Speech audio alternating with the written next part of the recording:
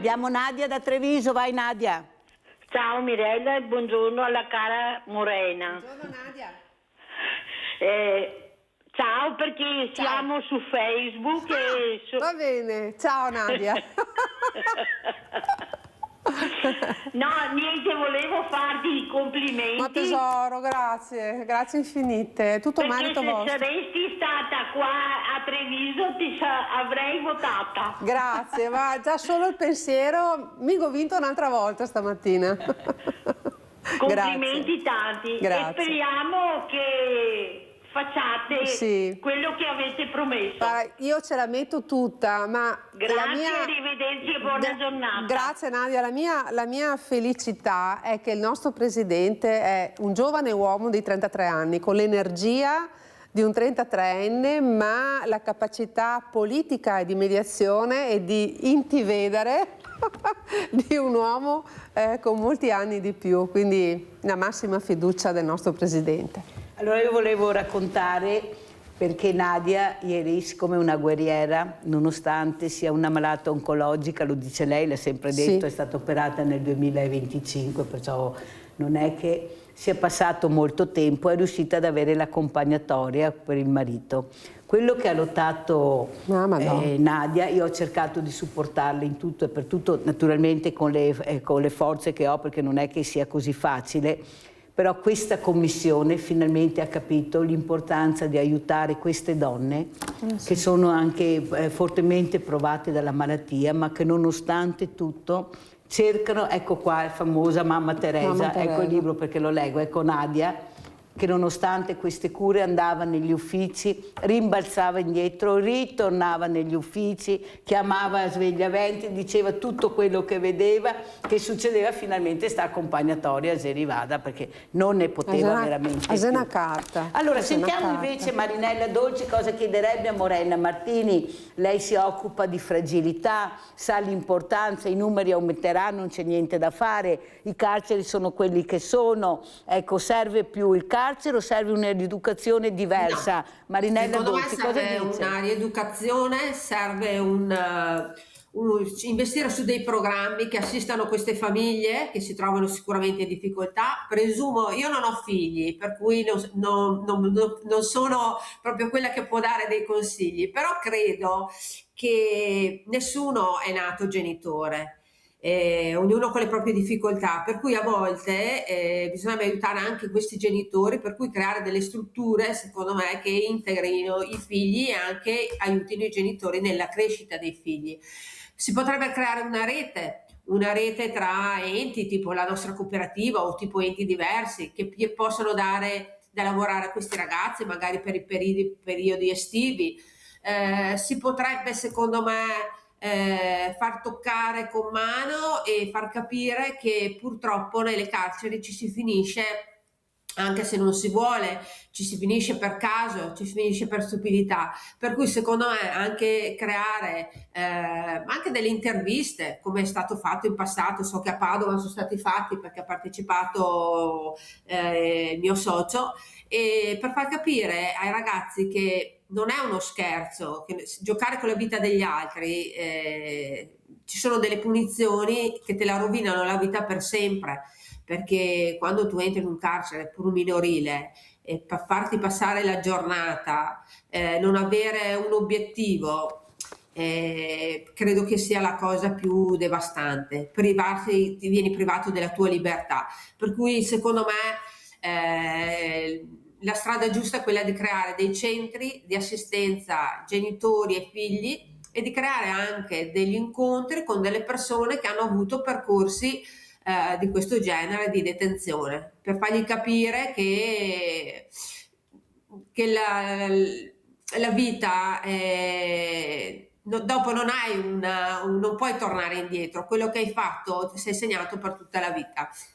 Mi sembra, se non ricordo Dolci, male, però mi scusi se faccio un appunto. Io ho cercato più volte di entrare nel carcere femminile della Giudecca, ho chiesto varie volte proprio perché capivo l'importanza anche di far vedere questa struttura che è un fiore all'occhiello, diciamolo, hanno investito tantissimo. Non ci sono mai riuscita. Ogni volta che riesco a arrivare quasi alla fine, casca il suicidio. È già la seconda volta, volta che mi capita, e si è suicidata questa ragazza. Ecco, è successo poco tempo fa. Perciò devo tornare tutto indietro, perché non si può più entrare, perché c'è un'indagine in corso. Però capisce, io dico, ma perché Roma vediamo sempre Rebibbia, queste carceri? E questo che è un fiore all'occhiello, che riguarda anche la figura femminile. Cosa è stato creato per far capire l'importanza anche della struttura? Non si riesce a entrare. Per fortuna che si arriva a Papa Francesco, che finalmente abbiamo capito l'importanza della struttura, di sentire queste detenute, cosa hanno detto, le lacrime che scendevano. Poi alla fine, ecco, la trasparenza che noi avremmo diritto, perché noi dovevamo capire cosa c'è all'interno, cosa giustamente togliere la libertà a una persona, ma vi rendete conto? Questi bambini in carcere piccolissimi, ecco, e grazie che ci sono queste strutture come, con questi volontari come Marinella Dolce, perché io non so se no cosa succederebbe. E vi ringrazio di cuore a tutta la famiglia di Sveglia Veneti, Marinella Dolce, avete fatto un lavoro eccezionale. Abbiamo Maurizio da Conselvi, adesso Padova. No, facciamo il giro del Veneto. Vai Maurizio. Ciao Mirella e buongiorno ai tuoi ospiti, alle tue ospiti. Buongiorno. Allora, voglio dire una cosa, sento sempre questo discorso di rieducare. Allora, il discorso è, quando un delinquente, che sia un ragazzo, che sia un adulto, eccetera, ok, che è abituato vita eterna a fare rapine, a picchiare, a fare danni collaterali, ok, deve essere messo in galera, ok? Io capisco che dentro in galera ci sono gli educatori, ma dopo questo signore che cioè, non sta fermo, rifà quello che ha fatto prima, quindi il lupo perde il pelo ma non il vizio, quindi non si può rieducare una persona che è nata delinquente, perché lo farà sempre. Questo ve lo dico io, ok? E mi faccio sempre queste domande. Ecco, attendo vostre risposte, grazie, buona giornata. Beh, più che lupi, minori cagnei a volte. Il problema è che la maschera da lupo. Morena Martini, allora, prego. Maurizio, è un po' una teoria lombrosiana. Lombroso diceva che i delinquenti hanno tutti una faccia e restano delinquenti da quando sono nati fino alla morte. Io non la penso proprio come te, nel senso che prima la collega Dolci diceva che tante volte i ragazzi si trovano per caso. Distinguiamo le cose. Ci sono persone che hanno l'istinto a delinquere, e purtroppo è vero, ma ci sono anche ragazzi che per stupidità, perché si trovano in mezzo a una compagnia sbagliata, perché non ci pensano, commettono il reato, no? Io porto sempre come esempio i 3 ragazzi che 30 anni fa hanno buttato i sassi dal cavalcavia, ve lo ricordate? Erano 3 ragazzi che poi sono stati messi in carcere a Verona, poi hanno chiesto proprio per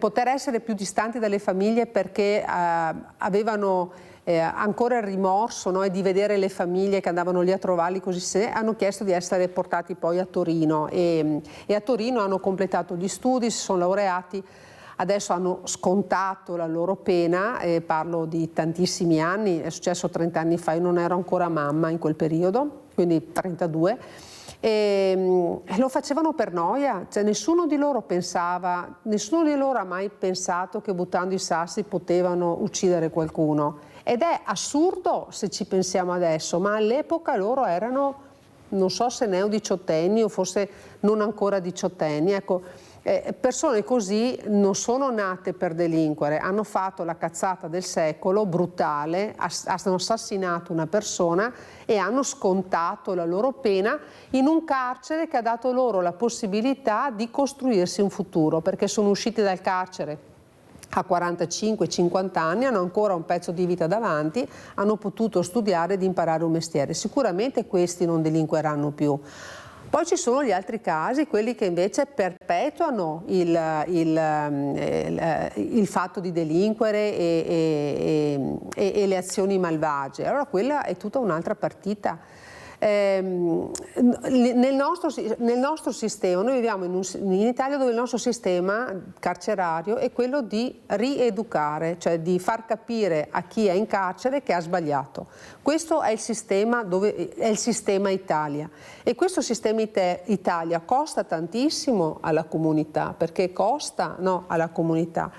Io sono più propensa a questo sistema che non ad un sistema punitivo tout court, perché io non sono un estremista, ok? Sono però molto dura e tranchant nei confronti di chi fa determinati reati. Io non darei la buona condotta ai pedofili, non darei la buona condotta a chi ha commesso omicidi nei confronti di donne, di bambini, eccetera, e sarei per la castrazione chimica, questo sì, questo l'ho sempre detto, perché se uno ha degli istinti che non riesce a controllare, facciamo in modo che questi istinti non ce li abbia più. Non credo di essere un estremista quando dico che certi personaggi che usano la parte bassa della loro pancia per commettere delitti devono essere castrati chimicamente, perché lì è un istinto che se tu non riesci a controllare, io Stato ti aiuto a controllarlo per tutta la vita. Il problema è che queste persone, che lei ha descritto molto bene, professoressa, sono i vertici di stati molto importanti. Vediamo cosa stiamo ascoltando. Il discorso di Epstein è vomitevole, è vomitevole. Queste quello bambine che è vomitevole. Sembra siano state sepolte, sembra siano anche italiane, le stanno cercando queste creature. È vomitevole. E capite chi frequentava questa vita, adesso stanno cercando di correre senza ai pietà. ripari. Ecco, però... no, con queste persone che hanno commesso questi reati cioè la pietà cristiana non basta più.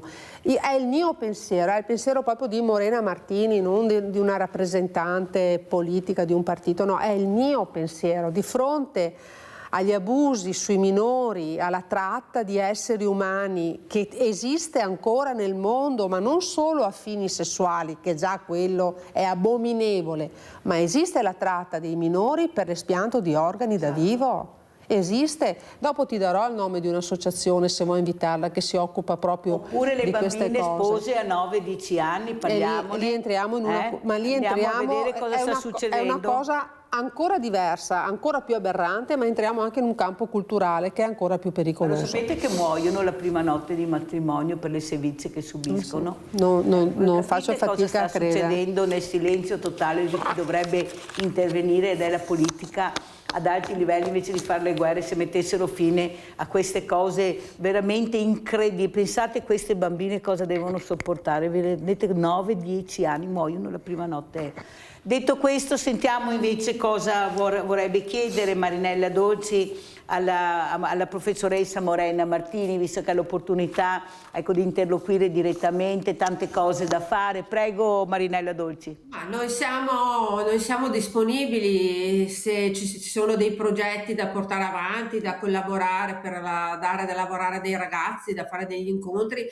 Io riguardo al signore di prima volevo dire, se comunque per determinate persone non diamo la possibilità di inserirsi in un ambito lavorativo, loro delinqueranno sempre, dobbiamo istruirli, l'educazione, insegnargli un lavoro. Se noi non gli diamo questa possibilità, noi non riusciremo mai a fargli capire che lavorare si recupera anche la dignità. Non dico che è per tutti, però fortunatamente nella nostra cooperativa abbiamo ottenuto degli ottimi risultati. Questa è una parentesi che chiudo.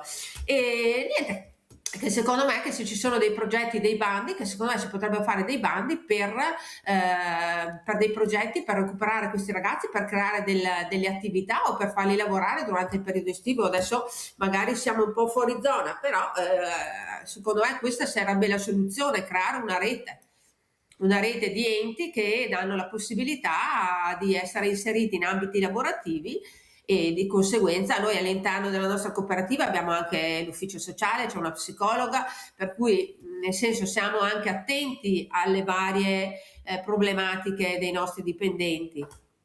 Grazie, ma ha fatto Marinella. bene, prego professoressa. No, ringrazio Marinella per il lavoro che fa. Vi scambio i numeri, così magari così tenete in contatto le mail. Sì, c'è da lavorare molto. So che i fondi sul sociale sono stati riconfermati.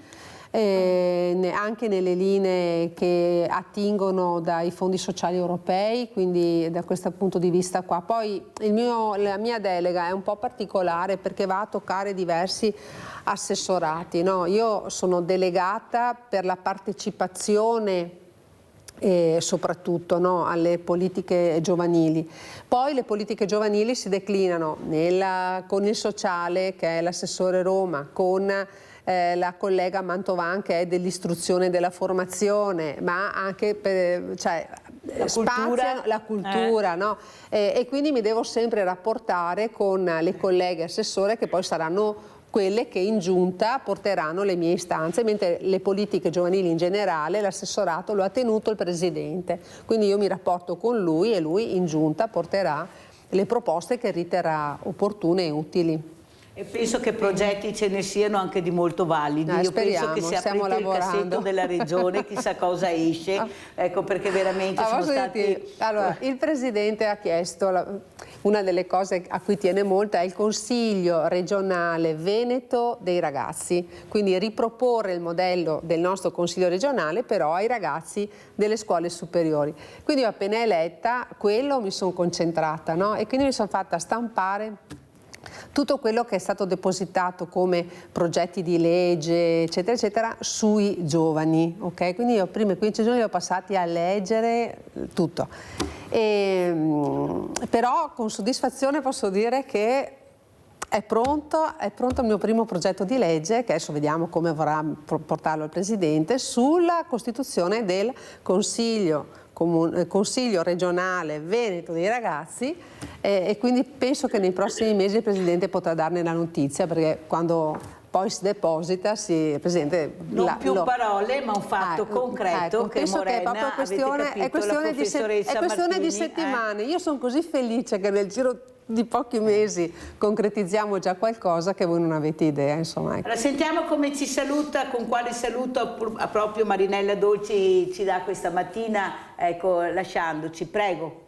Beh, io auguro a Morena che il suo progetto vada in porto, grazie, che sia Morena, un esempio per altri comuni, per altre attività. Io mi auguro che il recupero di questi ragazzi e l'aiutare questi ragazzi diventi un obiettivo, non un obiettivo, ma un fatto concreto. Grazie Marinella, grazie infinite. Allora scambierò naturalmente con la sua autorizzazione, certo, Marinella Dolci, i numeri mail, perché penso che queste siano le cose importanti, sì, anche per la professoressa Martini, che è nel pezzo, sì, da tanti, sì, anni, che sa, sì, che non no qua, no, ma gente, no, concreta, con progetti concreti e validi. Perciò grazie e complimenti sempre per quello che fate. Grazie. La professoressa Martini rimane con noi perché ci sarà una sorpresa, pubblicità.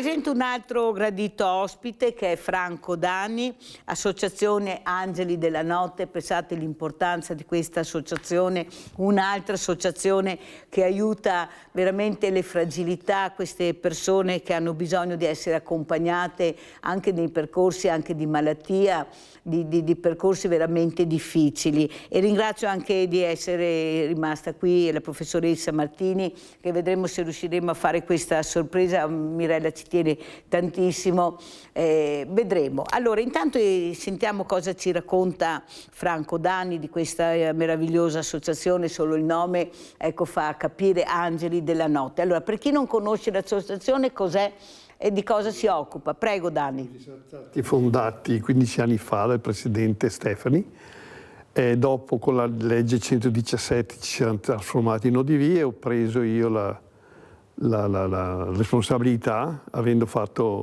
studiato la legge, e adesso abbiamo ripreso con una nuova modalità. Facciamo assistenza notturna a chi è meno fortunato di noi, e chi ha bisogno, non ha soldi, non ha parenti, non ha vincoli, per cui noi facciamo la notte. Quest'anno abbiamo fatto 540 ore circa. Diciamo che lì c'è di tutto, aiuta molto a maturare noi. L'altro giorno mi sono trovato col vescovo a Monastier per la festa dei malati e gli ho spiegato una cosa che mi è successa io una notte, di un ragazzo che a noi chiama la direzione sanitaria e mi dicono: Franco, mandami 3 persone stanotte, domani, dopodomani. E vado lì e c'è questo ragazzo, non ha mai aperto bocca, io lo coccolo a parole, poverino, aveva bisogno d'affetto questo ragazzo, che gli parlo e poi gli dico: guarda che io sto qui, se hai bisogno basta che tu mi chiedi. Lui ogni tanto apriva gli occhi, mi vedeva e dormiva per tutta la notte. Poi alle 6 lui dorme, io vado via e la notte successiva accompagno una signora e gli dico: guarda che io non posso stare qui stasera, però c'è sta signora, è come una mamma, se hai bisogno tu basta che gli chiedi, sai? Vado per salutarlo, mi prende con forza il braccio, mi avvicina e mi dà un bacio. Mi ha preso in contropiede e sono rimasto, ho detto: cosa c'è dietro quel gesto lì? Così poi ti fa capire che se fai una anche notte... commuovere Dani alla sua età mica semplice, perché è una persona tosta, Dani, vuol dire con l'affetto, il valore. Gli altri dicono: comunque bravi che siete, ma non è che noi riceviamo molto di più di quello che diamo, sembra impossibile. Allora andiamo a vedere questa associazione per capire di cosa si tratta, è molto importante, il video Angeli della Notte, così anche la professoressa Martini riesce a capire. Angelo.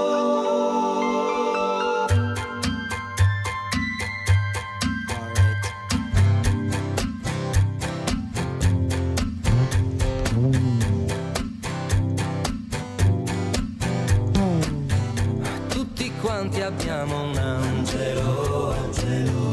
Tutti quanti abbiamo un angelo, angelo.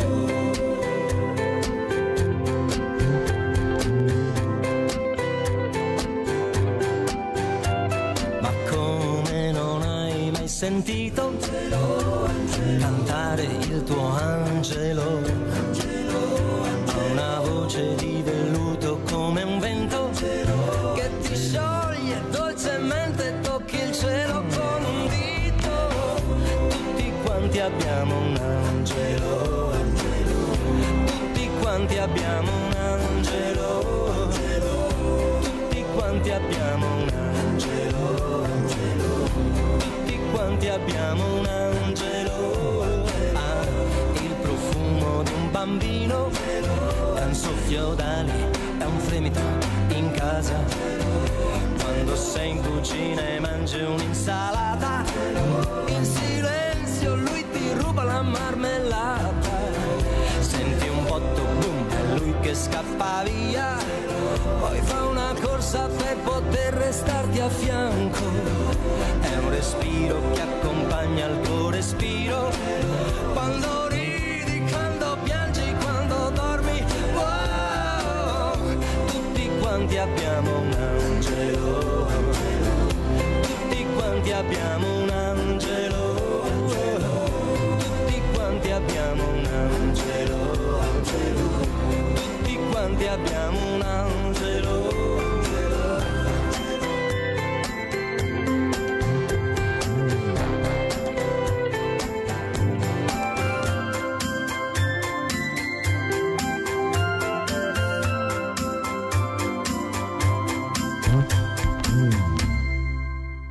Allora, professoressa Martini, come commenta quello che ha detto Dani, quello che ha visto? Prego. Cioè, non è che ci sono parole, avevo la pelle d'oca, ma ho conosciuto tante associazioni di volontariato anche nel mondo che si occupa dei bisogni della notte, no? Ce ne sono tante, questa specifica che non conoscevo, dottor Dani, sui bisogni dei malati in ospedale soli, non l'avevo conosciuta ed è un bisogno a cui non avevo mai pensato. Cioè pensare al fatto, perché uno pensa sempre ma i senza tetto, le persone che sono fuori al gelo, no, e queste associazioni che si occupano di questo ce ne sono, mai abbastanza, ma ce ne sono.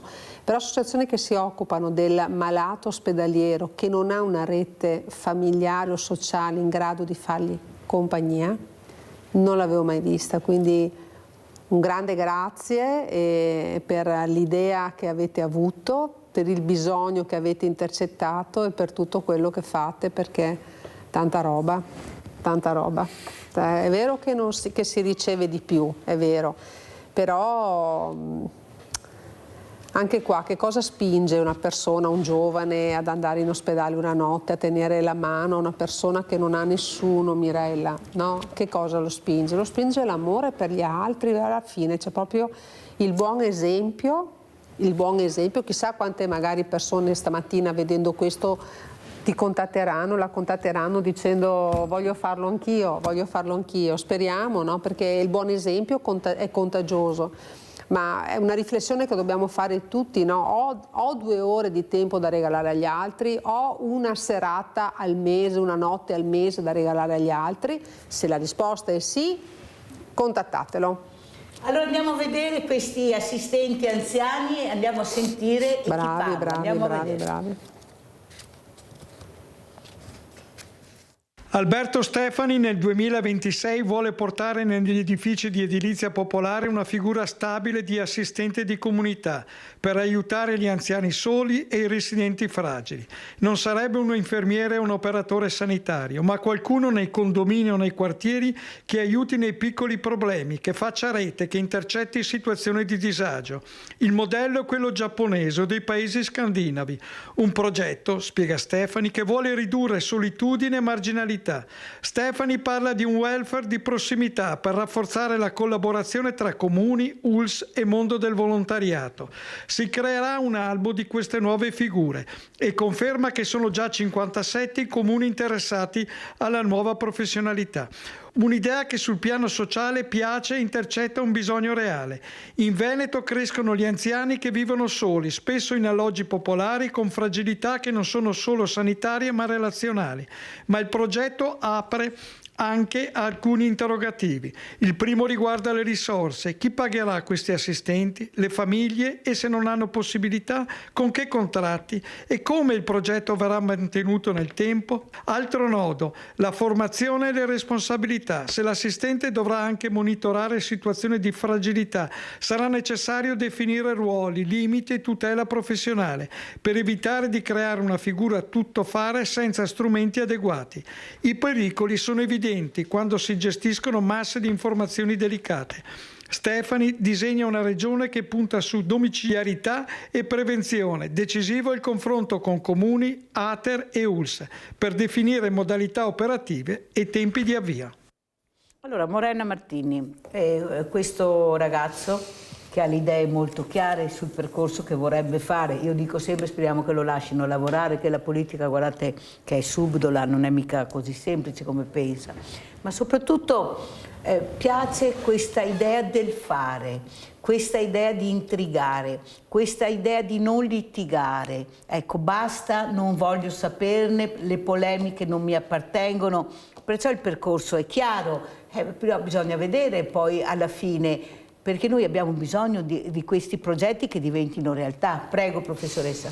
Il fatto di aver messo il sociale a 360 gradi come primo punto del programma elettorale con cui ci siamo presentati la dice già lunga sulle idee del Presidente, sulla rotta politica che ha segnato il Presidente, il quale nel suo discorso di apertura, rivolgendosi alle opposizioni, ha detto chiaramente: non mi sentirete mai alzare i toni nei vostri confronti, perché ho rispetto non solo per voi ma per ogni singola persona che ha messo il vostro nome in una scheda elettorale. Quindi se farete delle proposte che noi condividiamo, non mi interessa se le proposte sono portate avanti e avranno come primo nome un nome di sinistra o un nome di destra, saranno proposte accettate. È un cambio di rotta completamente nuovo, è un cambio di rotta anche azzardato, ma è il cambio di rotta che molti aspettavano, cioè un cambio di rotta nella continuità, perché poi il partito di appartenenza dei due presidenti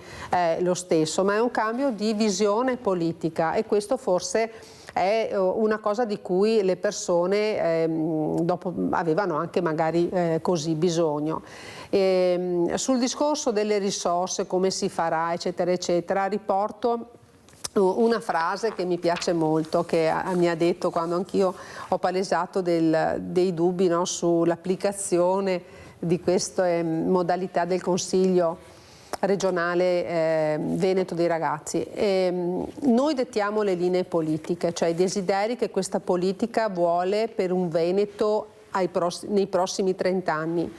I tecnici sono incaricati di trovare le soluzioni tecniche, quindi l'idea del presidente Stefani non è un'idea di un Veneto da godere ora, è un'idea di un Veneto che si costruisce ora e i cui benefici li trarremo nel tempo, cioè è il cambio culturale. Il cambio culturale ci mette tempo, bisogna iniziarlo, bisogna avere il coraggio di iniziarlo e poi il tempo ne darà ragione. Nei paesi scandinavi c'è, basta copiare dai bravi. Io ho sempre, come insegnante, quando uno copiava, Mirella, e io non me ne accorgevo, cioè io dicevo, bravo, io non posso darti un brutto voto perché non ho prove che tu posso pensarlo, anzi lo so nella mia testa, ma non ho prove, quindi ti do il voto che merita questo compito e ti dico anche bravo perché hai copiato da uno bravo, quindi copiare dai bravi, non si sbaglia mai. Anch'io ho copiato una volta, però ho copiato anche il nome e il cognome di quella che copiavo, perciò sono stata sgamata subito. Allora vi racconto questo, un mio compagno di classe, una volta non c'era, avevamo i manualetti tipo i bignami, no? Con tutte le traduzioni. Versione di latino, non aveva mica il traduttore proprio della versione che ci ha dato e lui copia la versione, so che ha copiato non solo la parte fotocopiata, che ha copiato 10 righe in più. Come Mirella, no? 10 Dalla righe fretta in più. di copiare copia tutto. La persona che ha detto, guarda, devo dare 4 per l'immaginazione, non so se hai dato 4, non mi ricordo, ma abbiamo riso come i matti.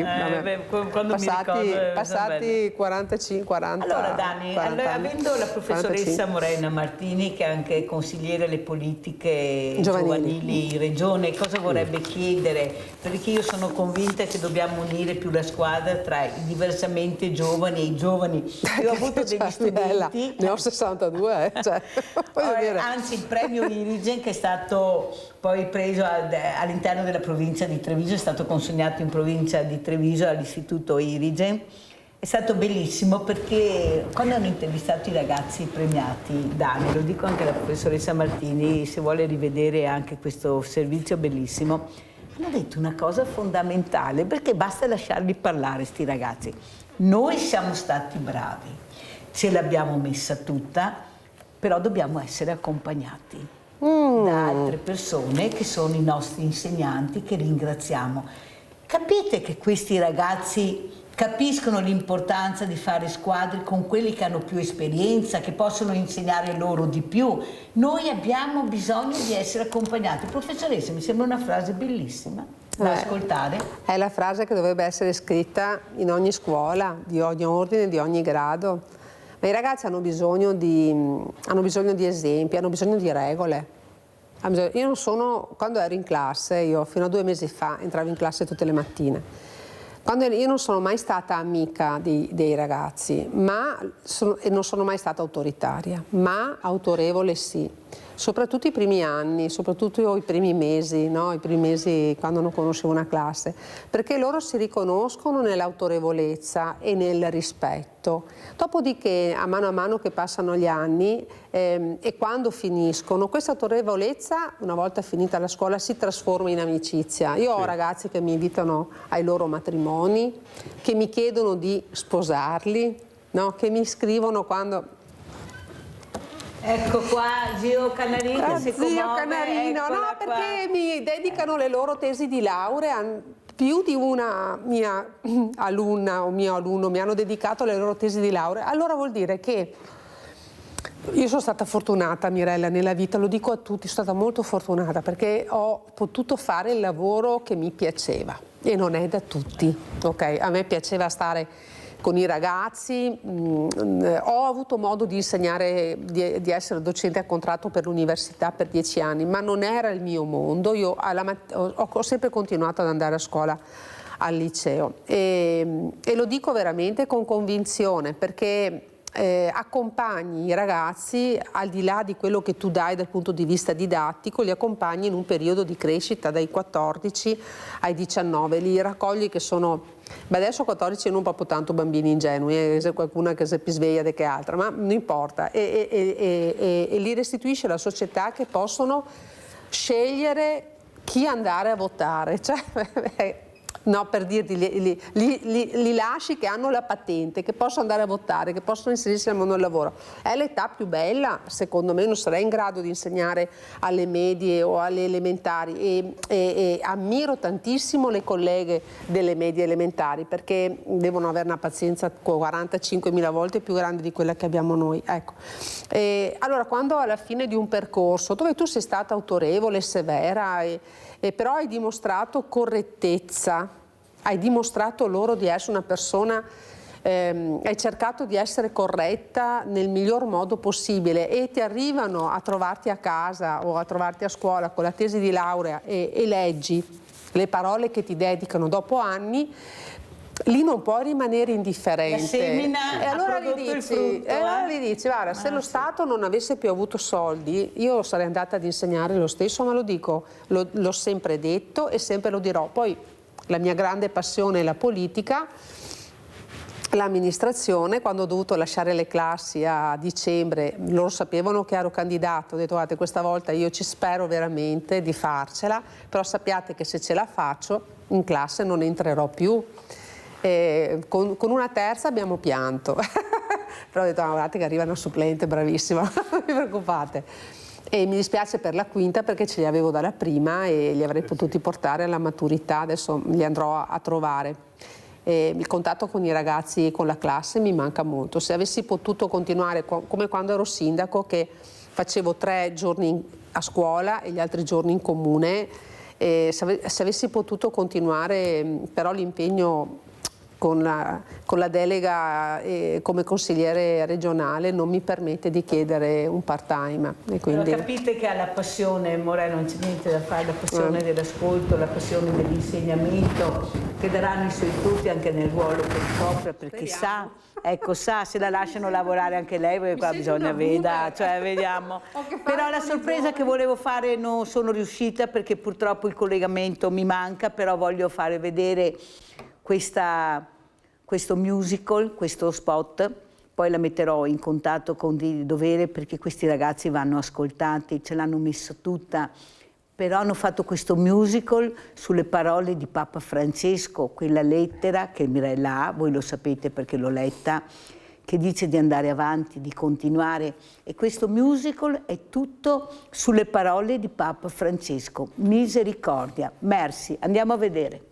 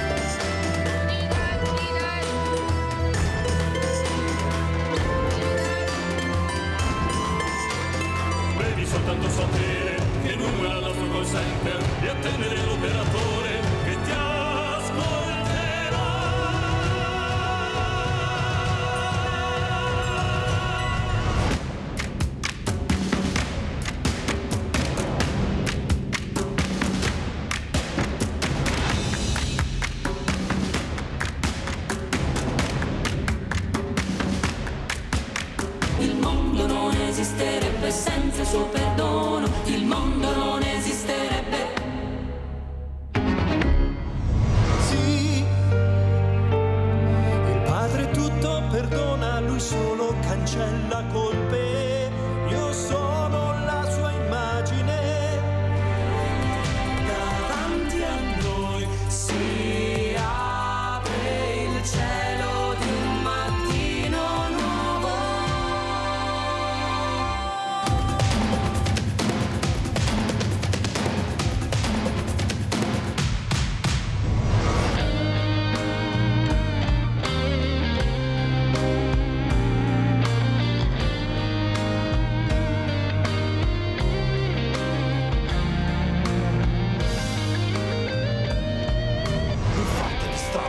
Tu in fondo sei più forte, però hai le mani sporche, la bocca grida morte, a te interessa il ricavo tra una bomba e uno sparo, credi in un solo Dio, si chiama vile denaro. Giù le mura, tutte le barriere, la vita chiede cuori liberi, sai, senti forte ciò che scorre dentro, credilo, prospera, Dio è sempre con noi.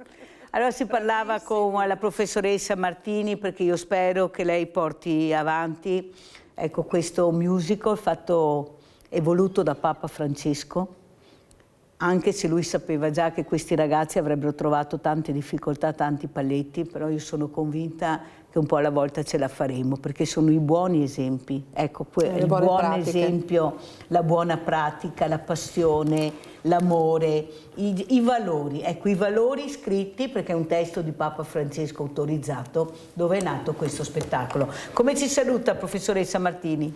Ragazzi e ragazze, ci vediamo presto da Mirella e grazie a tutti. Io volevo farmi ringraziare le persone che mi hanno sostenuta in questi anni, perché se io sono riuscita ad arrivare ad essere consigliere regionale è esclusivamente perché voi mi avete votata, perché avete messo il mio nome accanto ad un simbolo e perché mi avete dato questo enorme privilegio. Quindi la mia gratitudine assolutamente, mi potete contattare attraverso i social, attraverso la regione, non abbiate paura, io rispondo a tutti. Allora abbiamo finalmente, scusa professoressa Martini, ma è arrivato ecco, il coordinatore di questo musical, eccolo qua, Giovanni Rizzo, l'abbiamo appena visto. Giovanni, ecco, cosa vorresti dire alla professoressa Martini, che come ripeto è consigliere alle politiche giovanili in regione, che è rimasta anche lei stupita nel vedere questa bellezza. Prego Giovanni.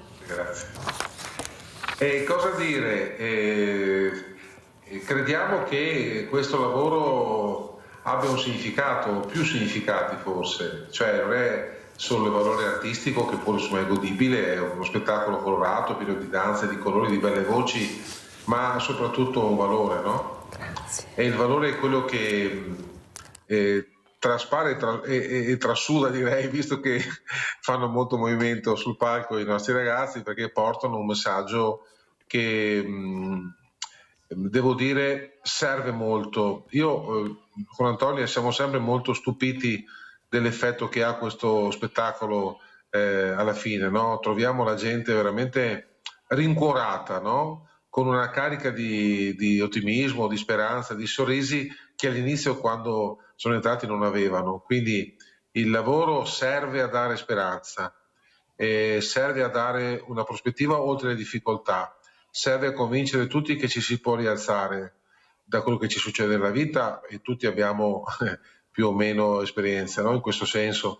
E quindi è un lavoro molto importante che il Papa Francesco ci ha esortato a continuare a portare avanti, perché è rappresentato dai giovani, e quindi questa è una carica di energia, una carica di valori ancora superiore, e quindi sarebbe molto utile farlo vedere ai giovani, che sono un po' in difficoltà, non tutti, però qualche settore sappiamo che è un po' disorientato da tutto quello che sta succedendo intorno a noi e anche dall'uso eccessivo dei mezzi. Giovanni, scusa, siccome il tempo è tiranno e Morena, professoressa Martini, deve andare via, c'è anche tua moglie vicino a te o sei da solo? Ah no, Antonia è stata presa a scuola, io insegno in un'altra scuola, ecco, quindi non siamo in collegamento.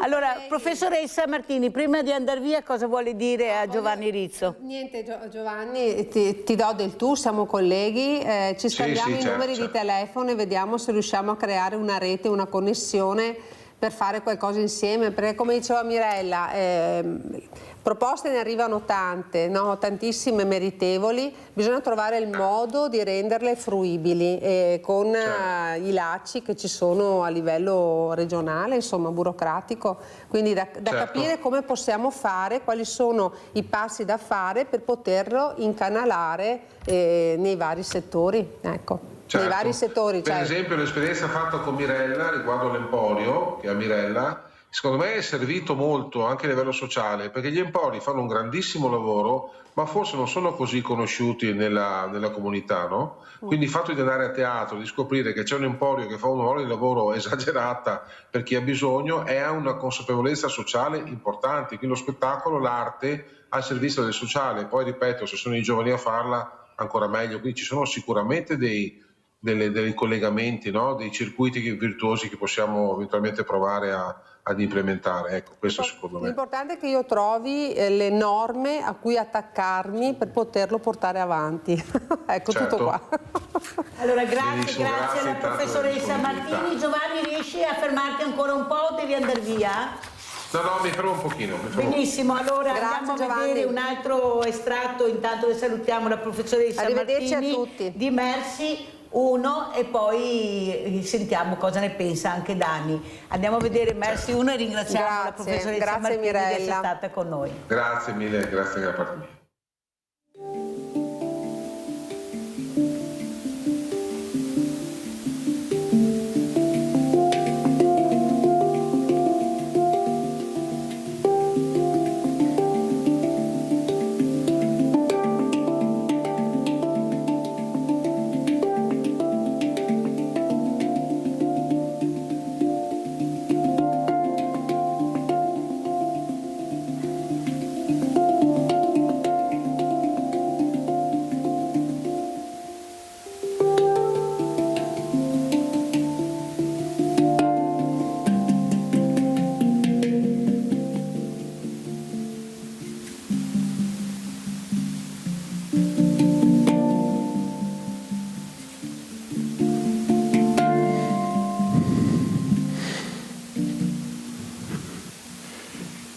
Il libro che leggerò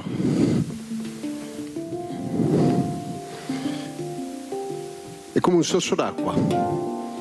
Sì, un sorso d'acqua in questa arsura.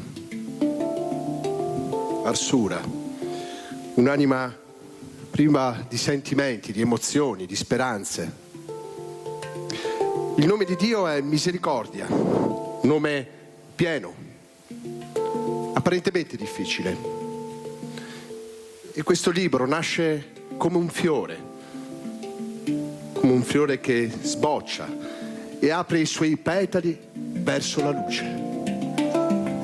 Come un mare di nuvole dove all'improvviso si staglia un raggio di sole che apre a nuovi orizzonti e a nuove visioni. Un libro, questo libro, che interpretato e vissuto diversamente spicca un volo nel cielo. Le sue frasi, fatte vibrare dalla musica, diventano poesia e canzone. Ma l'arte non ne cambia la sostanza, anzi la trasforma. Sai, come quando si cambia la cornice ad un grande quadro. Ecco, l'opera rimane la stessa, ma viene illuminata da un'altra luce che le regala un aspetto rinnovato, un colore moderno, per arrivare ad occhi diversi, fino ad allora lontani. Ad occhi diversi, fino allora lontani. La Chiesa non è qui per condannare, ma per creare quell'incontro che è l'amore viscerale e la misericordia di Dio. E per fare questo dobbiamo uscire. Sì, tutti, uscire dalle chiese, uscire dalle parrocchie, andare lì dove le persone vivono, soffrono e sperano.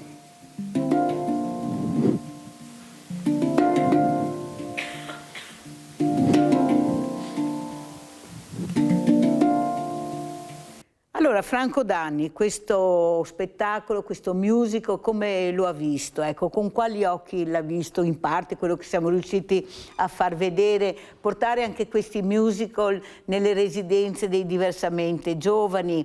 Abbiamo residenze che hanno degli spazi enormi, non sempre possiamo avere 1000 persone, ma basta anche 200, 150, sì. Farli rivivere. Ecco, questa è quelle parole di Papa Francesco, mercy, che vuol dire misericordia, vuole dire questo, i valori, dobbiamo trasmettere i valori, non gli esempi negativi. Prego Danni.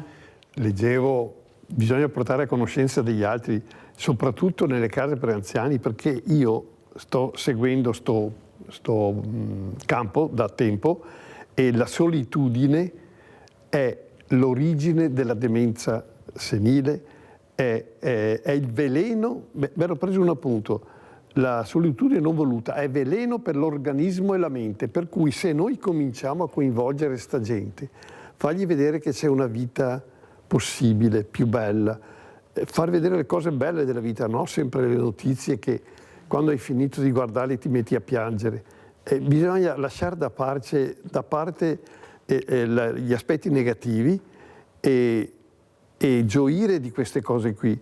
E poi io dico sempre, la comunicazione è la base di tutto, bisogna informare, far vedere. Non fargli sempre vedere film di gente che si ammassa, che si uccide. Far vedere qualcosa di positivo, che ne abbiamo bisogno, tanto ne abbiamo bisogno. Però è anche un messaggio che fa capire i diversamente giovani, io lo so perché quando vado nell'RSA l'ho sempre visto, sono molto cattolici, cristiani, partecipano molto, quelli naturalmente che possono farlo, alla messa all'interno della Chiesa. Ecco, portare la Chiesa con altri valori, non solo la messa ma anche un musical con Papa Francesco, questo Papa amatissimo, soprattutto dai giovani, poi oltretutto. Parliamo di valori, di misericordia. Cosa ne pensa Rizzo? Siamo noi reduci ieri da una nostra visita nella RSA di Chioggia, dove lavoriamo noi, dove abbiamo portato un gruppo di danza e dei cantanti per allietare un pomeriggio, lo facciamo tutti gli anni. E quando si va non si sa mai cosa si trova. Quando si esce siamo noi che ringraziamo gli anziani, perché sono così belli, così puri, così bisognosi di avere un contatto con l'esterno, di avere un messaggio, no? di bellezza, anche di creatività. Gli porti la canzone di Gianni Morandi, gli porti la canzone dei loro tempi, quindi affiorano i ricordi, quindi si attiva tutta un'attività di una risposta da parte loro che è bellissima per noi, cioè chi va riceve più di quello che dà. Sì. Quindi il fatto degli anziani è veramente importante, nel senso che ci riportano ad una realtà concreta. L'anziano è saggio, dice poche cose, ma le dice vere, le dice vissute, le dice per esperienza, e quindi ci riporta ad una concretezza, ad una semplicità che spesso noi non abbiamo, presi da 1000 cose, 1000 problemi, 1000 cose, siamo complicati. La vita ci si complica per tutta una serie di problematiche che abbiamo tutti i giorni. Ecco, loro ci riportano ad una realtà semplice e bellissima.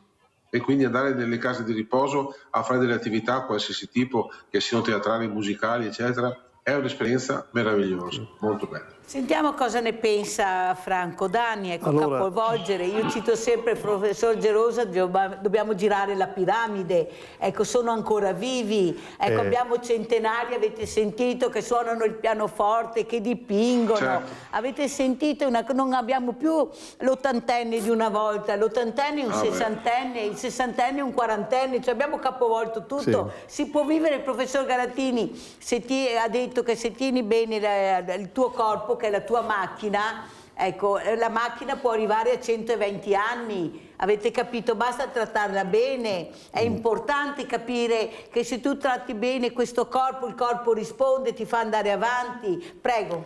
Allora, io condivido, per cui è facile interagire. Io dico sempre che bisogna che noi cambiamo mentalità, perché quello che è andato bene fino ad oggi domani non va più bene. Io sono sempre stato del parere su questo argomento che bisogna far interagire i giovani con gli anziani. È uscito qualcosa tempo fa, dando anche dei meriti agli universitari che interagiscono, perché gli anziani ringiovaniscono parlando con i giovani e poi si sfogano, raccontano la loro storia, il loro vissuto, e i giovani assorbono le cose positive che ci sono. Per cui la cosa più bella è quella di interagire, e poi è esattamente quello che penso sempre, che quando esci ricevi molto più di quello che dai, molto. Allora andiamo a vedere un altro estratto di Mercy, andiamo a vedere il numero 2 e poi lo commentiamo.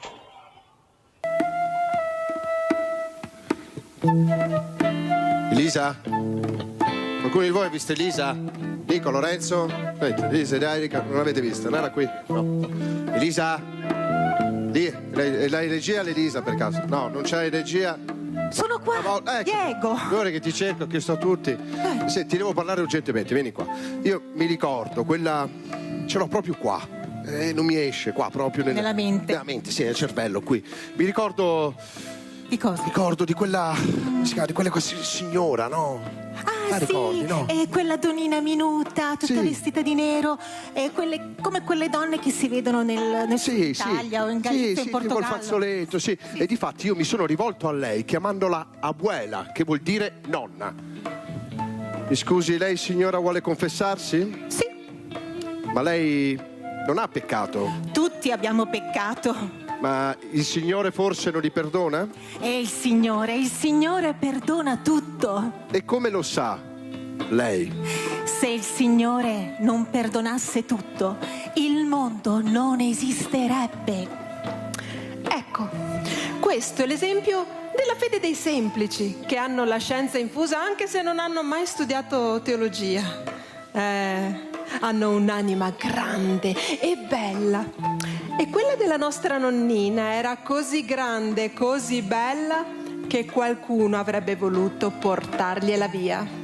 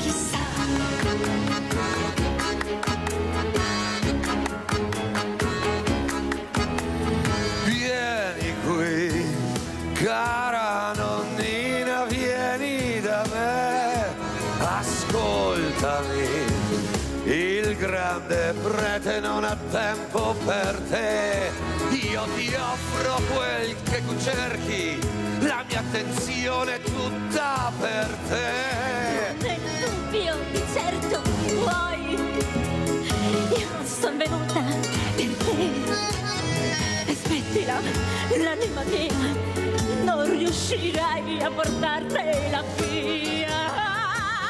Non ho tempo per te, l'anima salva non hai, io ti seduco, ti ammaglio e ti porto con me.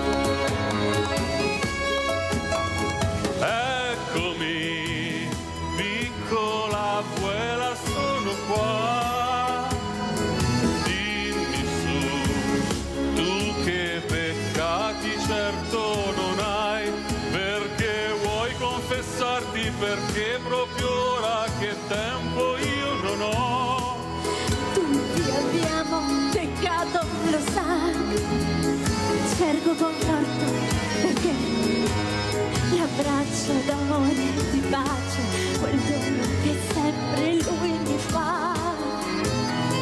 Come puoi essere certa che lui ti perdonerà?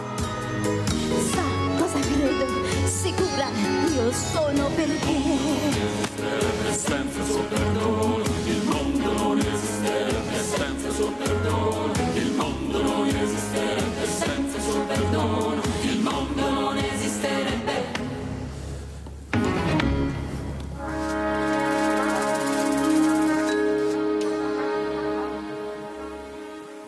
No, ditemi a casa, comodi, guardate cosa vi ho fatto vedere, questo musical bellissimo, tutte parole di Papa Francesco. Spieghiamolo bene, Giovanni Rizzo, l'importanza e la difficoltà che avete incontrato. Anche la regista, ecco, veramente ha detto non avrei neppure immaginato di farcela. Ecco, la ricordiamo anche la regista. Prego, Giovanni Rizzo.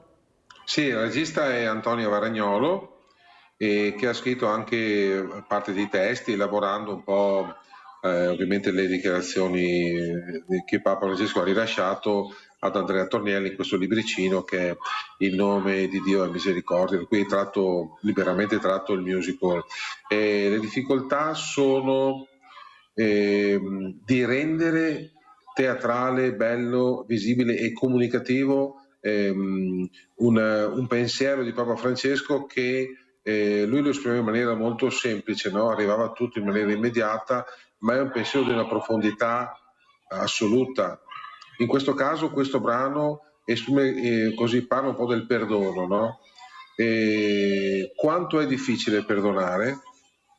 Per tutti è una difficoltà enorme, però conoscete un'altra maniera di derimere le diatribe anche familiari, parliamo anche di dimensioni personali, no? Nelle famiglie quante liti, vediamo la cronaca, come diceva prima il nostro ospite, la cronaca è piena, tempestata di eventi, no, violenti, eccetera. Qual è l'unica soluzione possibile che Dio ci insegna per chi crede, ma lasciamo anche stare chi crede, ragioniamo anche in maniera oggettiva e terrena, no? L'unica maniera di derimere certe questioni è il perdono, è andare oltre. Non si può sempre amplificare il male, sempre amplificare quello che non va, quello che non ci piace, quello che abbiamo subito. Da qualche parte bisogna cominciare a ricucire, no? E i rapporti sono sempre sanabili quando c'è una persona che ha una fede, una speranza e vede oltre il male, vede la luce, esattamente come la vecchina che in questo caso ha resistito, no, alle lusinghe del diavolo e poi addirittura ha fatto questa grande testimonianza. Se il Signore non perdonasse tutto, il mondo non esisterebbe, ma tutti possiamo farlo questo, no? Quindi è un messaggio di per sé, sembra facile, sembra semplice, ma è incredibilmente profonda questa cosa. E infatti la forza di questo spettacolo è che in ogni scena è una diversa dall'altra, ci sono le riflessioni di Papa Francesco e ognuno di noi sicuramente trae spunto da una di queste scene, o anche più di una, perché il nostro vissuto ci ha portato a vivere quelle situazioni e magari non ci ha fatto vedere oltre, non ci ha fatto percepire che l'altro è importante per noi. Pensiamo al Covid, no? Quando siamo rimasti da soli tagliati a casa, chiusi a casa, ci siamo resi conto di quanto sia importante la relazione con gli altri. La relazione con gli altri è fatta anche di superamento delle difficoltà, non è fatto solo di con me o contro di me. Queste contrapposizioni ci hanno portato molto distanti dall'umanità personale. La sentiamo, no? Anche Franco Dani, Presidente, come commenta, ecco, trasmettere questi valori attraverso la musica, il teatro, i giovani che si intrigano con il teatro, con la musica e con le parole di Papa Francesco. Prego. Ma io credo che se noi fossimo più informati di cosa succede per il mondo, se non ci limitassimo a vedere i TG con tutte le cose negative, avremmo qualcosa da offrire agli altri, da insegnare. Purtroppo manca molto la formazione e la scuola. La gente è un po' improvvisata, anche per fare i lavori semplici, per fare un'associazione di volontariato ormai non bisogna più andare avanti come una volta, bisogna avere le basi, bisogna avere la scuola, bisogna avere un po' di formazione, altrimenti si fa sempre le cose in modo non completo e credo che i giovani, se fossero indirizzati, io ho avuto la fortuna di seguire un sondaggio che è stato fatto all'Università di Trieste, dove si chiedeva ai giovani cosa vorrebbero per fare volontariato, per fare anche queste cose qui, e non è che lo devi decidere dall'alto, devi imparare ad ascoltare cosa pensano, cosa vogliono, poi tu con la tua esperienza magari li smussi, li correggi, li migliori, però bisogna lasciare spazio ai giovani, perché basta vedere queste cose. Se tu gli dai spazio, gli dai solo gli indirizzi, gli strumenti, loro fanno. Abbiamo Luciano da Desenzano, vai Luciano. Ciao, buongiorno agli ospiti. Niente, ho visto bellissimo. Niente, volevo dire così 2 secondi. Purtroppo da quasi ottantenne io non mi ricordo una cattiveria così terribile. Vabbè, le guerre purtroppo ci sono sempre state. Adesso c'è anche il Pakistan e l'Afghanistan che stanno cominciando, ma ci sono tantissimi giovani, tantissime persone bravissime, volontari, che l'ho fatto anche io, tra parentesi, ma anche come sulla strada, il 90% guida bene e c'è il 10% sono dei delinquenti, e purtroppo, ma tutti i giorni, ho visto anche stamattina, uno ha ucciso il padre, insomma una cattiveria così, un odio così non c'è mai stato. Mirella, vi saluto, buongiorno e auguri a tutti. Grazie caro Luciano, è vero, questa mattina una nebbia fittissima qui da noi, incredibile, eppure tantissime macchine senza fanali, alle rotonde senza frecce, eppure non si vedeva a 1 millimetro, vero Dani? Sì. Stamattina qui da noi c'era una cosa, a venire al lavoro è stata un'impresa, eppure come dice Luciano, uno si mette alla guida. Mi sembrava di essere un alieno. Senza neanche pensare che devi rispettare anche gli altri che sono nella strada, vedere se la macchina è in condizioni ottimali per partire, e invece via si sale e via. Incredibile, hai fatto bene Luciano a ricordarlo. Allora andiamo a vedere invece esempi negativi, questo esempio positivo però accompagnato da una solitudine estrema, Dani, questo uomo che si è lasciato morire, si è suicidato nel fiume a Roncade. Però ha lasciato tutti i beni alla comunità, al comune di Roncade, tutti i lasciti li ha lasciati per aiutare le associazioni e lui si è lasciato morire. Andiamo a vedere questo servizio, è veramente un dolore infinito per Mirella vedere ancora questa solitudine che nessuno ascolta. Andiamo a sentire. Prima di togliermi la vita preciso alcune cose. 1. Non ho nessun problema economico. 2. Nessun problema sentimentale.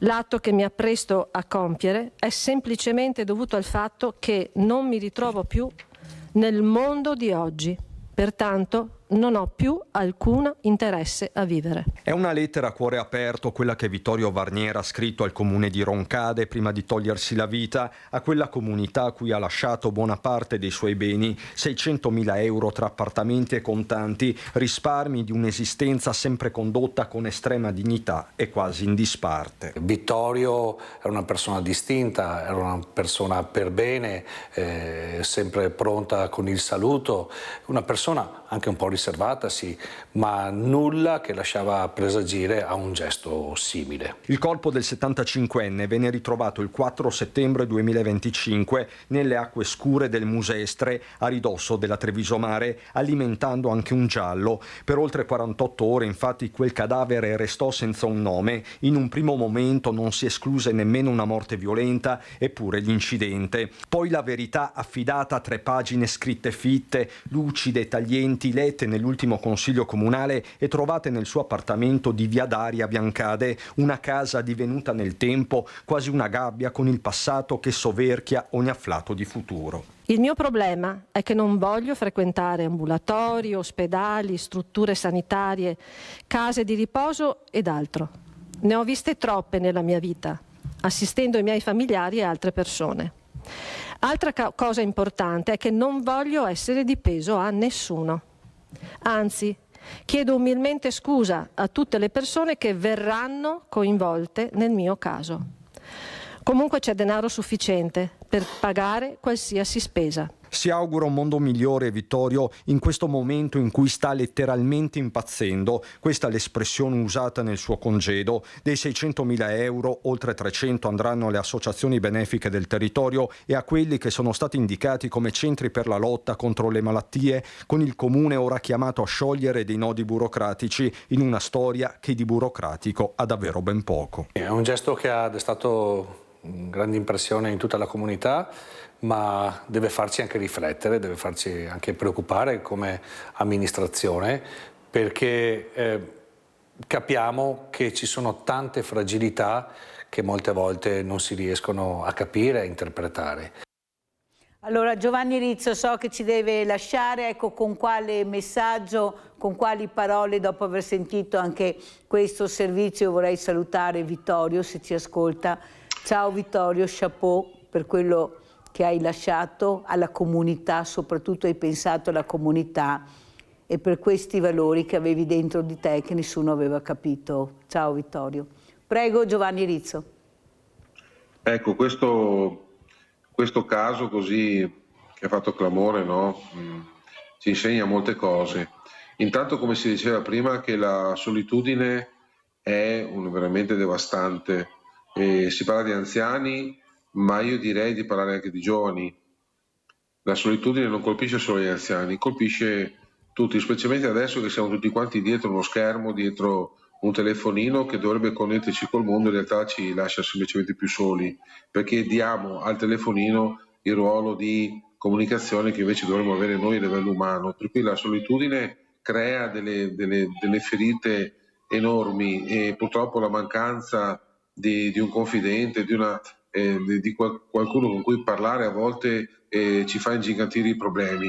Allora la relazione è importante e la comunicazione è importante. Ecco perché prima si diceva anche con la consigliera regionale, troviamoci e creiamo consapevolezza nelle comunità, che ci sono delle fasce deboli di persone, gli anziani ma anche i poveri, no? Anche le persone che non hanno un lavoro, che hanno delle difficoltà abitative. Creiamo una consapevolezza nella comunità, perché il volontariato esiste, fa tante cose meravigliose, però spesso lo diamo per scontato o addirittura non lo conosciamo. Gli empori, tu ne hai uno, Pirella, fanno un enorme lavoro, però quanti in città sanno quante ore stai lì a lavorare, quanto lavori? Sì, tu fai la giornalista televisiva e probabilmente il tuo eco ce l'hai, però sai bene che in altri empori le cose non sono proprio così. Forse lo spettacolo, forse fare queste attività, no, che attirano un po' l'attenzione delle persone, potrebbero servire a creare consapevolezza che ci sono delle persone in difficoltà e anche sole. Questo signore non aveva problemi di soldi, ma cosa se ne faceva dei soldi? Alla fine li ha donati, ha fatto una cosa meravigliosa, perché la sua solitudine non gli dava sbocchi. Quindi accorgiamoci del nostro prossimo, accorgiamoci di chi sta peggio di noi e soprattutto visitiamo gli ammalati, visitiamo anche le persone in carcere, vorrei dire, perché Papa Francesco era molto legato a questo tema. Visitiamo le persone dell'RSA, i nostri anziani non abbandoniamoli, dedichiamo un po' di tempo ai nostri nonni, alle persone sole, perché la solitudine fa veramente danni.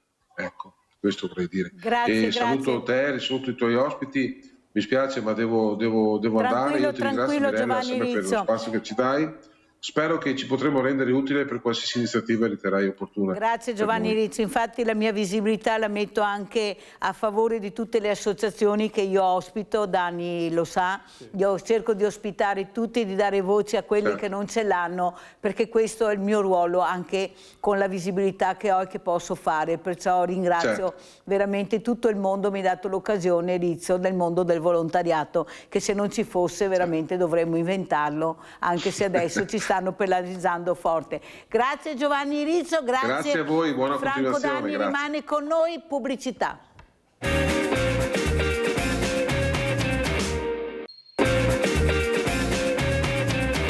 E guardate un'altra sorpresa, chi avrebbe mai immaginato di vedere questa mattina la signora dei ponteggi? Chi è questa signora dei ponteggi? È Francesca Fusar.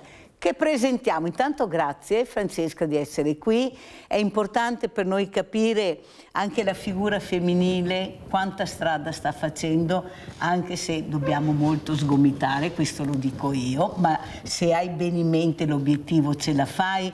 Ecco, quando è stata la decisione di intraprendere un percorso anche difficile, molto maschile? Ecco, chi avrebbe mai immaginato? Io ho avuto una boscaiola, chi l'avrebbe mai immaginato? Adesso la signora dei ponteggi. Prego Francesca, e poi vedremo anche il libro. Beh, innanzitutto buongiorno, grazie per l'invito, ringrazio anche la mia azienda che mi ha permesso stamane di essere qui. Io opero nel mondo dei ponteggi, quindi nel mondo delle costruzioni, un ambiente maggiormente maschile, anche se devo dire che la forza femminile sta facendo la differenza. In particolare in Pilosio, l'azienda per cui lavoro, siamo diverse donne che occupano posizioni di rilievo o comunque posizioni strategiche all'interno dell'azienda, e quindi devo dire che anche il management aiuta nell'inserimento. Noi donne non siamo meno degli uomini e nessuno vuole prendere il posto dei nostri colleghi maschi che fanno benissimo il loro lavoro, ma penso che anche noi possiamo dare il nostro contributo, e per quello che riguarda proprio la mia attività, quindi di business developer, ossia creatore di opportunità, sapere relazionarsi e sapere creare quindi un'opportunità penso sia una caratteristica prettamente femminile. Allora, in effetti noi dobbiamo anche culturalmente cercare di cambiare, non parlare più di maschile e femminile, ma parlare di persone. Assolutamente. Ecco, questo è un grande passo che dovremo fare in avanti, finché continuiamo a dividere.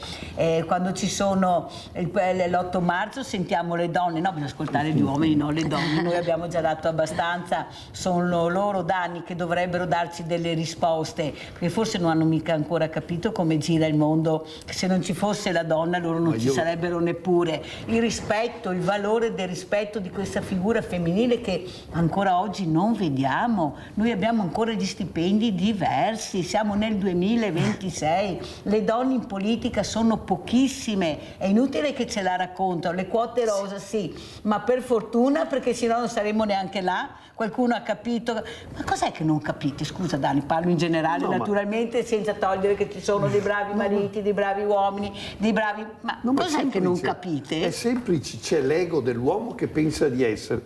Se uno prova ad accostarsi a una donna brava, migliora il suo lavoro, migliora tutto. Io ho avuto la fortuna di lavorare con una donna nella mia vita, per cui queste cose le so.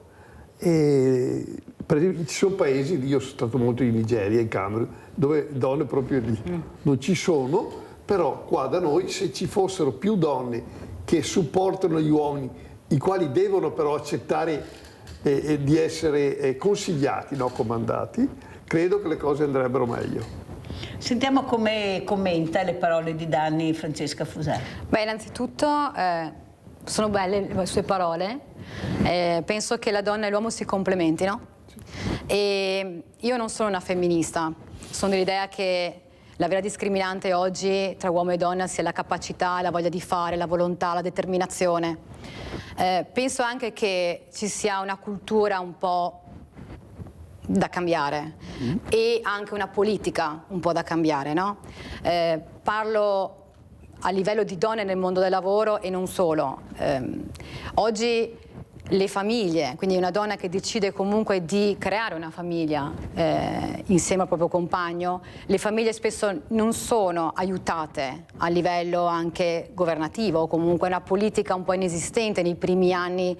Parliamo dalla nascita alle elementari, quindi una donna spesso si trova a fare un passo indietro, perché è vero, l'uomo ha uno stipendio più alto della donna e quindi è inevitabile che tra i due chi deve fare un passo indietro è la donna. E poi la donna deve anche combattere contro alcuni cliché o comunque alcune regole societarie secondo me sbagliate, dove se porta il bimbo al nido non è una brava madre, se lascia il bimbo ai nonni non è abbastanza materna, ma al tempo stesso una donna come me, che non ha una famiglia e in qualche modo non se l'è costruita anche per dinamiche che, voglio dire, non è che devono essere condivise, viene spesso giudicata come ha scelto la carriera invece di crearsi una famiglia, non è abbastanza donna. E devo dire che qualunque sia la scelta della donna spesso è criticata e giudicata, e devo dire che spesso anche alla base ci siamo anche noi donne.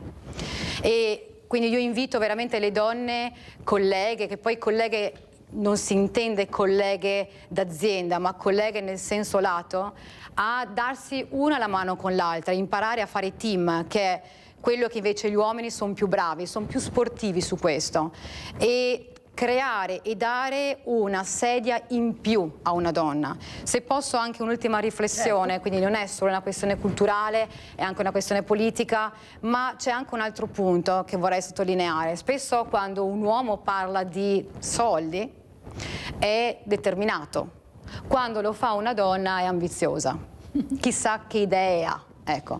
E questo è anche sbagliato, perché tutti i ruoli nelle aziende che iniziano con la C, a livello anche inglese, quindi CEO, CFO, generalmente sono maschili, perché comunque parlano anche di soldi, di investimenti, e quindi bisogna cambiare questa cultura dove anche una donna può parlare di investimenti, può parlare di soldi e non deve essere giudicata, perché già tra di noi, tra noi donne ci giudichiamo, dobbiamo smetterla, fare team e apprezzare anche la prospettiva femminile. Allora, che siamo brave, Francesca Fuser, è fuori dubbio. Io ho avuto ospite la presidente di Telespazio, una donna tosta, veramente tosta, la quale poi mi ha fatto sorridere perché mi ha detto: sai Mirella, delle volte siedo attorno a questi tavoli, questi grandi fenomeni, io parlo e li guardo e dico: ma questi hanno capito cosa ho detto? Sanno di essere nel pezzo oppure non vengono di sicuro dalla luna perché capirebbero qualcosa? Perché lei c'è nel pezzo, lei sa che parla del suo lavoro, un tema anche molto delicato, importante, però dice: non sono mica così preparati come pensate, sapete, io li vedo e lo dico anche. Forse dobbiamo però, come dice giustamente Francesca Fuser, unire più le forze. Ecco, l'invidia è quella che ci sega, che ci frega.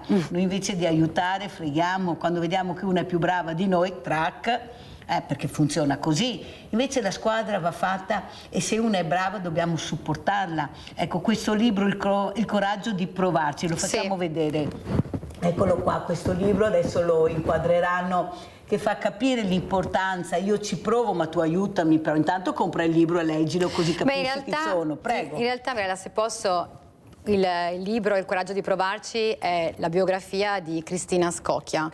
Per chi non la conosce, è la CEO di Illy ed è un libro che ho letto io un giorno durante le settimane di Natale ed è bellissimo perché racconta come una donna può essere madre e può essere anche CEO. Infatti ho detto leggiamolo perché così si capisce. È una cosa che in ogni capitolo si può leggere quanto determinazione, volontà, capacità e preparazione possono portare qualsiasi donna a sedere nei grandi CDA. Ora, Cristina Scocchia siede nei CDA di Essilor, Luxottica e anche Fincantieri, quindi per me è un esempio di leadership. Per me, quando mi chiedono qual è l'imprenditore... Scusa Francesca, ma no, guardate bene questo volto, lo sguardo, anche se è una foto su un libro, guardate lo sguardo di questa donna, la profondità dello sguardo. Io sto facendo una mostra, Francesca, con i genitori di ragazzi disabili, differenzialmente agili, come li chiamo io, perché odio quella parola che proprio non riesco a pronunciare difficilmente, perché hanno capito l'importanza di esserci. E il titolo l'hanno creato loro, questi ragazzi e ragazze: Io ci sono, io esisto, io voglio arrivare, io devo provarci, ecco, a far capire che io devo vivere la quotidianità che vivono gli altri. Dani, ma cosa stiamo vedendo? Ecco, lei sorride e mi viene da piangere.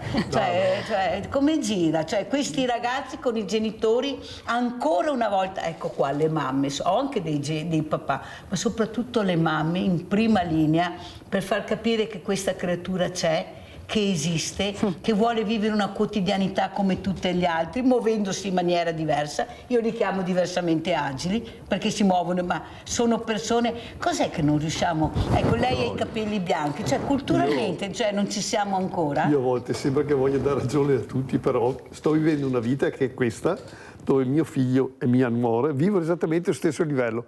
Chi arriva primo comincia a fare da mangiare, chi parte primo da casa, la moglie, la nuora comincia a preparare il mangiare, poi lei va al lavoro presto, mio figlio si alza, accudisce i bambini, finisce di dare da mangiare. È tutto vissuto in due, ma senza guardare uomo e donna, chi arriva prima, chi ha il tempo. Cioè, se noi non cambiamo la mentalità, è inutile parlare di cosa dovremmo fare. Bisogna viverle le cose, bisogna cambiare mentalità. Bisogna capire che uomo o donna non è data dal sesso maschile e femminile, è data uno ha più tempo, uno ha meno tempo, uno oggi mio figlio porta il bambino a scuola perché può permettersi di andare a lavorare alle 8:30, 9 quando arriva, mia nuora non può, allora lo va a prendere perché lei è a casa, può andarlo. Cioè, no? La differenza di ruoli è in base non al sesso, uno maschio e una femmina, in base al tempo, a come sei inserito nella vita reale. Se noi non capiamo queste cose qui, no, mi non faccio. No, calma.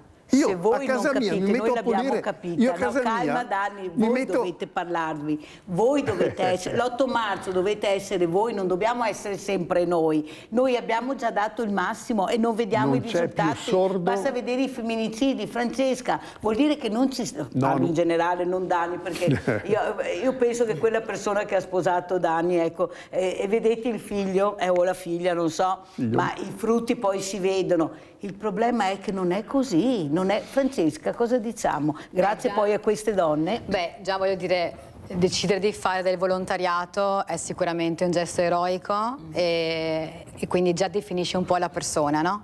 Non conosco la famiglia, però già definisce un po' la persona.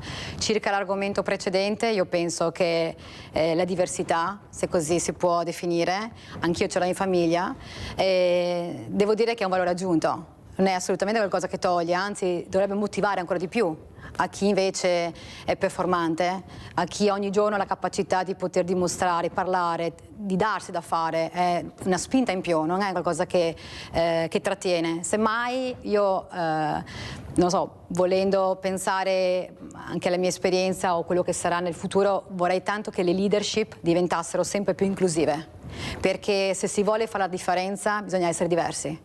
E quindi la diversità non va vista come un limite, va vista come un potenziale. In un'epoca in cui la standardizzazione ha fatto la differenza, oggi se vogliamo competere nei mercati dobbiamo essere diversi, originali, anche imperfetti, e nell'imperfezione lì si fa la differenza. Allora, adesso io vorrei parlare con la signora dei ponteggi, Francesca Fusaro, perché ho avuto un ospite, un insegnante, un docente, il professor Montecchio, che come Mirella odia questi nuovi edifici, non quanto l'interno, ma l'esterno. E il professor Montecchio, che poi ci ha invitato a vedere questa meraviglia dell'orto botanico a Padova, ha detto: sai Mirella, hai ragione, noi andiamo ad abitare all'interno di magazzini. Hanno copiato questo e noi ci ritroviamo che noi vediamo dei grandi magazzini dove noi entriamo, che diventano poi i nostri attici, i nostri appartamenti, ma sono dei magazzini. Lei che è la signora dei ponteggi, quando questo condominio, questo bellissimo grattacielo è finito, come lo vede? Il ponteggio che ti fa vedere anche dall'alto quello che tu hai realizzato, la sicurezza del ponteggio, parliamo anche di sicurezza dei ponteggi. Com'è la situazione vista dalla figura femminile questa volta? Beh, a livello urbanistico io sono altamente a favore della tecnologia, quindi penso che la tecnologia, quando è di qualità e quando c'è innovazione, allora parliamo di alzare le asticelle e quindi sono altamente a favore.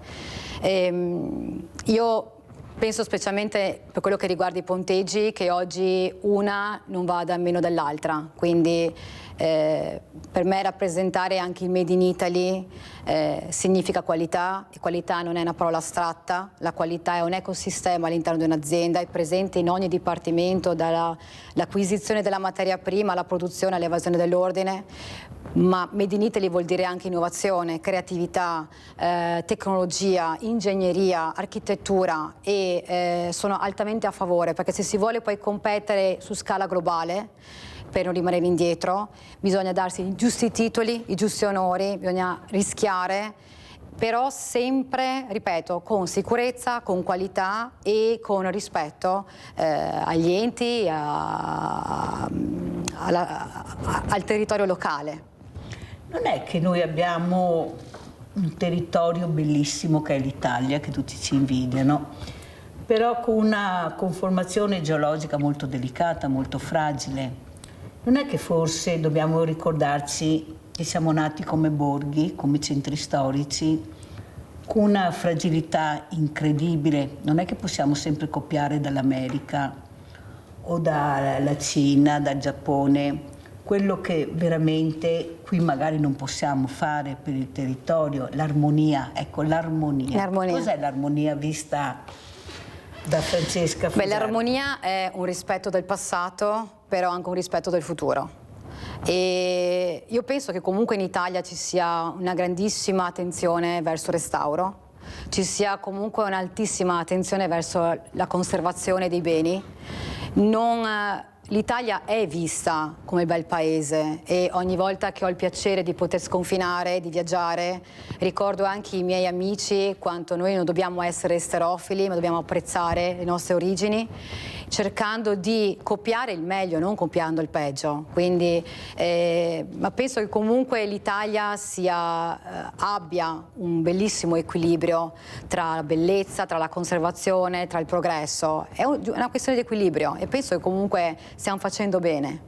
Dani, cosa ne pensa di quello che ha detto Francesca Fusaro? Io penso che io ho avuto la fortuna sempre, sono stato fortunato nella vita che ho lavorato con una donna. Quando andavano in cantieri, io lavoravo nell'edilizia, quando andavano in cantieri la guardavano come un extraterrestre, parlo di 20-30 anni fa, solo che il problema era che lei era più preparata forse anche di me e di loro, per cui questo creava qualche modo di guardarli in modo diverso. E credo che il futuro dell'Italia è questo, cioè vedere avanti, saper innovare, saper anche rischiare, perché se non rischi non fai mica niente nella vita. Io so qualcosa dell'edilizia perché ho cominciato a costruire case in Nigeria, a Lagos, a Victoria Island, tanto per capire, per cui ho una certa mentalità un po' aperta. Un'apertura. Sì, anche troppo magari. Sono andato a lavorare fino a Vladivostok, in Camerun, così dappertutto. Questa nuova edilizia, Dani, come la vede? La nuova edilizia, diciamo che finché c'è gente che ragiona così, io la vedo bene. Dobbiamo riuscire a cambiare noi. Io a casa mia avevo bisogno di fare dei lavori, pensavo ancora di da lì alzare l'operaio o qualcosa, ho montato un'impalcatura e hanno lavorato da Dio velocemente, bene, in sicurezza, perché bisogna lavorare in sicurezza adesso, per cui se noi riusciamo a guardare avanti e avere la forza di lasciar perdere quello che è passato e guardare al futuro, credo che non ci siano problemi. Allora, il coraggio di provarci di questo libro, cos'è che l'ha intrigata di più nel leggerlo? Cosa trasmette questo libro quando tu lo leggi? Chi è questa figura femminile che sta cercando di raggiungere l'obiettivo scrivendo quello che vede, quello che sente, quello che cerca di dare? Ma io penso che ognuno di noi abbia paura e coraggio. Ognuno sceglie da che parte stare. Quando si sceglie il coraggio bisogna, e non è un detto, bisogna tenere duro e affrontare delle dinamiche, quindi volere il cambiamento, rompere degli schemi. In inglese lo chiamano breaking rules, quindi rompere degli schemi. Rompere degli schemi spesso dà fastidio o comunque perché deve essere fatto, vuol dire cambiare un settaggio, quindi richiede tantissima energia. Avere coraggio vuol dire avere energia, avere grandissima proattività, anche una reattività in certi momenti, ma è solo col coraggio che poi avviene il cambiamento e quindi bisogna sentirlo e cavalcarlo. If you want, you can. If you want, you can. Yeah. Poi, se posso dire anche un'altra cosa, Mirella, noi siamo in Veneto. Io mi sento veneta, sono nata in Veneto, l'azienda è friulana, per carità, comunque la proprietà, il management è veneto. Noi, al di là del Made in Italy, c'è anche la componente nostra, Made in Veneto, e devo dire che noi abbiamo una velocità nel fare bene che non ha misura ed a podio. Per raccontare così, per fare un esempio, è come un WhatsApp, un audio. Il mondo va per uno, noi comunque qui andiamo per due. Quindi noi ci siamo. E in effetti noi avevamo creato il grande Nord-Est, se ce lo ricordiamo, poi qualcuno l'ha distrutto, però era la locomotiva d'Italia, era qua la creatività, la passione del lavoro, le ore non si contano, io devo lavorare, devo portare a termine. Ecco, qualcuno dice avete letto poco, certo, ma abbiamo lavorato tanto. Però adesso forse iniziamo anche a leggere con le future generazioni, che devo dire la verità, Francesca Fusel, che ospiti, anche sabato prossimo avrò questi studenti, vi vedo molto attenti, molto svegli, molto dinamici. Il problema è che li abbiamo ascoltati poco, perciò fanno fatica a parlare. Loro hanno tante cose da dire, però fanno fatica perché tanto chi è che mi ascolta? Tanto alla fine cosa devo dire? Che non mi piace quello che mi offrono, che voglio essere intrigato di più. Ecco qua l'intrigo. L'intrigo deve partire da giovani, da piccoli. Io inizierei già all'asilo, iniziare a capire. Questi bambini a 4 anni sanno già gestire i giochini. Ripeto, voi lo sapete che ve lo racconto spesso, questo bambino di 4 anni che in pasticceria col nonno, a un certo punto prende il nonno per la giacca e gli dice: nonno, hai visto che c'è un Picasso nella parete? C'è un Picasso. Si guarda, nonno, perché la mamma lo porta ai musei, gli spiega. E questo bambino è riuscito a capire che all'interno della pasticceria c'era questa stampa che riproduceva appunto un quadro del Picasso. Capite che non abbiamo più i bambini di 4 anni di una volta, dobbiamo svegliarci, dovete svegliarvi.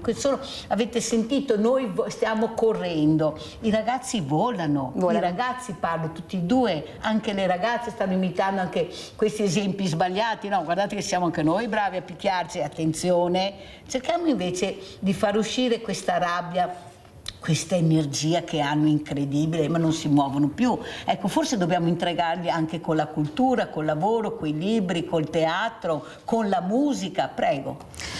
Ma io penso che oggi la comunicazione di oggi non va sicuramente paragonata alla comunicazione di una generazione fa. Penso che appunto oltre 25 anni fa nasceva internet, quindi ha stravolto le regole.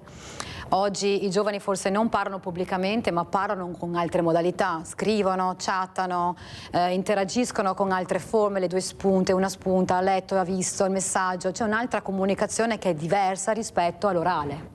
Quindi questo va compresa e va accettata perché è un nuovo modo di fare. Io spesso per lavoro appunto mi occupo di aprire mercati esteri, siamo partiti con l'Inghilterra, poi di riflesso arrivato al Nord America, tante comunicazioni le ho avute in video call, le ho avute comunque in chat, le ho avute attraverso Messenger, attraverso LinkedIn, sono tutte forme nuove di comunicazione che non sono inferiori a quella orale, sono diverse. È un discorso come prima, no? Essere includenti, quindi includere qualsiasi nuova modalità, nuovo modo, nuovo approccio. Replicare quello che si faceva 25 anni fa è un altro mondo. Oggi il mondo è più connesso, per assurdo il tempo e il spazio è ridotto. 25 anni fa andai a Londra a imparare l'inglese, mi sembrava di andare in Australia, considerando ai confini del mondo. Oggi lo vedo al di là delle Alpi, dico un'ora e 3/4. Oggi al mattino succede alle 7 che mi chiama l'australiano e di mattina e alle 7 di sera mi chiama il canadese, nel stesso giorno. E nel stesso giorno si riesce a inviare offerte, si riesce a comunicare. Oggi anche il potere della tecnologia, quindi non si può pensare che la tecnologia non esista, va considerata. Oggi oltretutto la tecnologia permette di dare conoscenza, quindi una volta occorreva avere il libro, comunque andare a scuola o attendere il programma, oggi on demand, quindi si può scaricare, ci si può informare, ma anche quello è comunque un'educazione che va data dalla famiglia, dalla scuola, dalla cultura e ripeto, bisogna anche stimolare perché forse oggi sono anche troppo stimolati in cose che non servono e bisogna stimolare nel modo corretto e ascoltare e cercare di non usare cliché sbagliate perché blocca, non aiuta. È vero però, Francesca Fusel, che c'è un problema grande, nel senso che noi dobbiamo confrontarci con un mondo sempre più diversamente giovane, purtroppo abbiamo meno giovani e più diversamente giovani. che non sanno adoperare questi mezzi. È vero. Però abbiamo diversamente giovani che arrivano a più di 100 anni, basta vedere l'università della terza età, quanto è frequentata, quanto voglia di imparare, di conoscere. Ecco, bisogna stimolarli, Fuser. E questo stimolo dovrebbe arrivare proprio dai giovani. Dobbiamo metterli assieme però, non dobbiamo dividere, li abbiamo troppo divisi. I vecchi da una parte, i giovani dall'altra. Gli asili dovrebbero essere all'interno delle aziende, dovrebbero essere all'interno delle RSA. Non sono tutti con l'Alzheimer o con gravi malattie, sono persone che hanno diritto di vivere, che devono dare ancora molto e possono dare ancora molto. Ecco qua la figura maschile che ancora non riesce a capire, perché domina. Questo nuovo presidente della regione invece, che ho avuto ospite poco tempo fa, ha dato delle linee guida che siamo rimasti tutti. C'era un uomo che ha detto, io l'ho sentito per caso, ho detto ma questo viene dalla Luna, chi è questa persona che non lo conosceva? Vuol dire che il giovane, quelli che veramente possono farlo, hanno capito la strada da intraprendere, che è il sociale, mettere assieme. Il sociale vuol dire a 360 gradi. Ecco, cosa rispondiamo a queste persone anche che la stanno vedendo, che sono molto attente, hanno imparato ad ascoltare? Ecco, che messaggio possiamo dare anche di questa donna tosta, queste donne che stanno cercando di dare il là a questi uomini? Calma, che ci siamo anche noi, forse siamo anche più bravi di voi. Ecco, poi sentiremo anche l'imprenditore. Fatemi largo però un pochino, non mettete invece sempre la scala sempre più alta. Ecco, cosa possiamo dire a queste figure che dobbiamo mettere assieme? Beh, come dicevo prima, oggi il mondo di oggi ha uno spazio ridotto e una velocità altissima, e quindi a volte non è che i giovani vanno a una velocità, come si può dire, non è che non vogliono incontrarsi con le generazioni precedenti, semplicemente stanno andando veloce. Quindi rallentare non si può, bisogna prendere consapevolezza e come l'uomo per anni ha cercato di lasciare dietro la donna, oggi noi donne non dobbiamo lasciare dietro l'uomo, e al tempo stesso non tra gender ma anche tra differenze generazionali. Dovremmo prendere un po' più di consapevolezza. Io stessa per esempio in famiglia ho mio papà e mia mamma che non sono altamente tecnologici, e quindi basta un aggiornamento sul telefonino che mi chiamano per dire non so, mi è arrivata una cosa, mi puoi aiutare? Ma basta che fai l'aggiornamento, certo, ma già GPT è già per... è già per un'altra... Questi non sanno adoperare neanche il cellulare, hanno tre app. Però ritengo che la formazione, ecco, e qua la formazione non debba mai intendersi solo per i ragazzi, solo per gli adolescenti. La formazione deve essere continua tutto il tempo. Quando si pensa di essere arrivati, sappiamo già che è la fine. Quindi ci deve essere la consapevolezza dei giovani, ma ci deve essere anche la consapevolezza dei meno giovani di pensare che non c'è e non si impara solo a scuola. Bisogna comunque sempre rimanere vigili e interessarsi per non rimanere indietro. Quindi non è la questione tanto a me non interessa, perché prima o poi interessa a chiunque. Quindi a maggior ragione ben vengano queste università, ben vengano se ci sono più iscritti, anzi i giovani dovrebbero cavalcare questa opportunità e vederla come un business, come un target interessante. Dani, come commentiamo? Io dico che bisogna essere avidi di ascoltare, non di parlare. Per cui se impariamo a ascoltare. E poi per quanto riguarda le tecnologie, io ho avuto la fortuna di arrivare un giorno a Lagos dove il telefono prendeva. Prima non c'era linea. No, guarda che non prende ancora qua, io perché connettermi col Montello non riesco e chiamo l'Australia, l'India. Comunque è una cosa che io dico sempre, è un mio principio, che lo diceva mio cognato, che tutto quello che io so che ho imparato non è roba mia, l'ho avuto in prestito per darlo agli altri. Se tu riesci a fare questo passo indietro e capire che non te lo devi tenere dentro, che devi aiutare gli altri a trasmetterlo, forse un piccolo passo l'abbiamo fatto. Sì, ho capito Dani, ma chi è che deve fare il passo? Perché noi l'abbiamo fatto, la figura femminile l'ha fatto, I giovani l'hanno fatto e lo vediamo, sono loro che protestano anche per noi, per l'ambiente, cioè non è che protestano a vanvera, protestano per l'ambiente, protestano per l'inquinamento, protestano per le guerre, e cioè questi sono segnali di pace che danno i giovani. Il giovane non parla di guerra, il giovane parla di pace, il giovane è tecnologico, tecnologico, però deve essere compreso. Non abbiamo ancora la connessione qua, no scusa Dani, devono investire anche in questo, cioè non è che possiamo aspettare che qualcuno si svegli, perché come dice lei io sto correndo, non mi ascolti, vado all'estero. Qual è il problema? Non mi paghi, vado all'estero, perché io so quello che sono e quello che posso fare e voglio provare.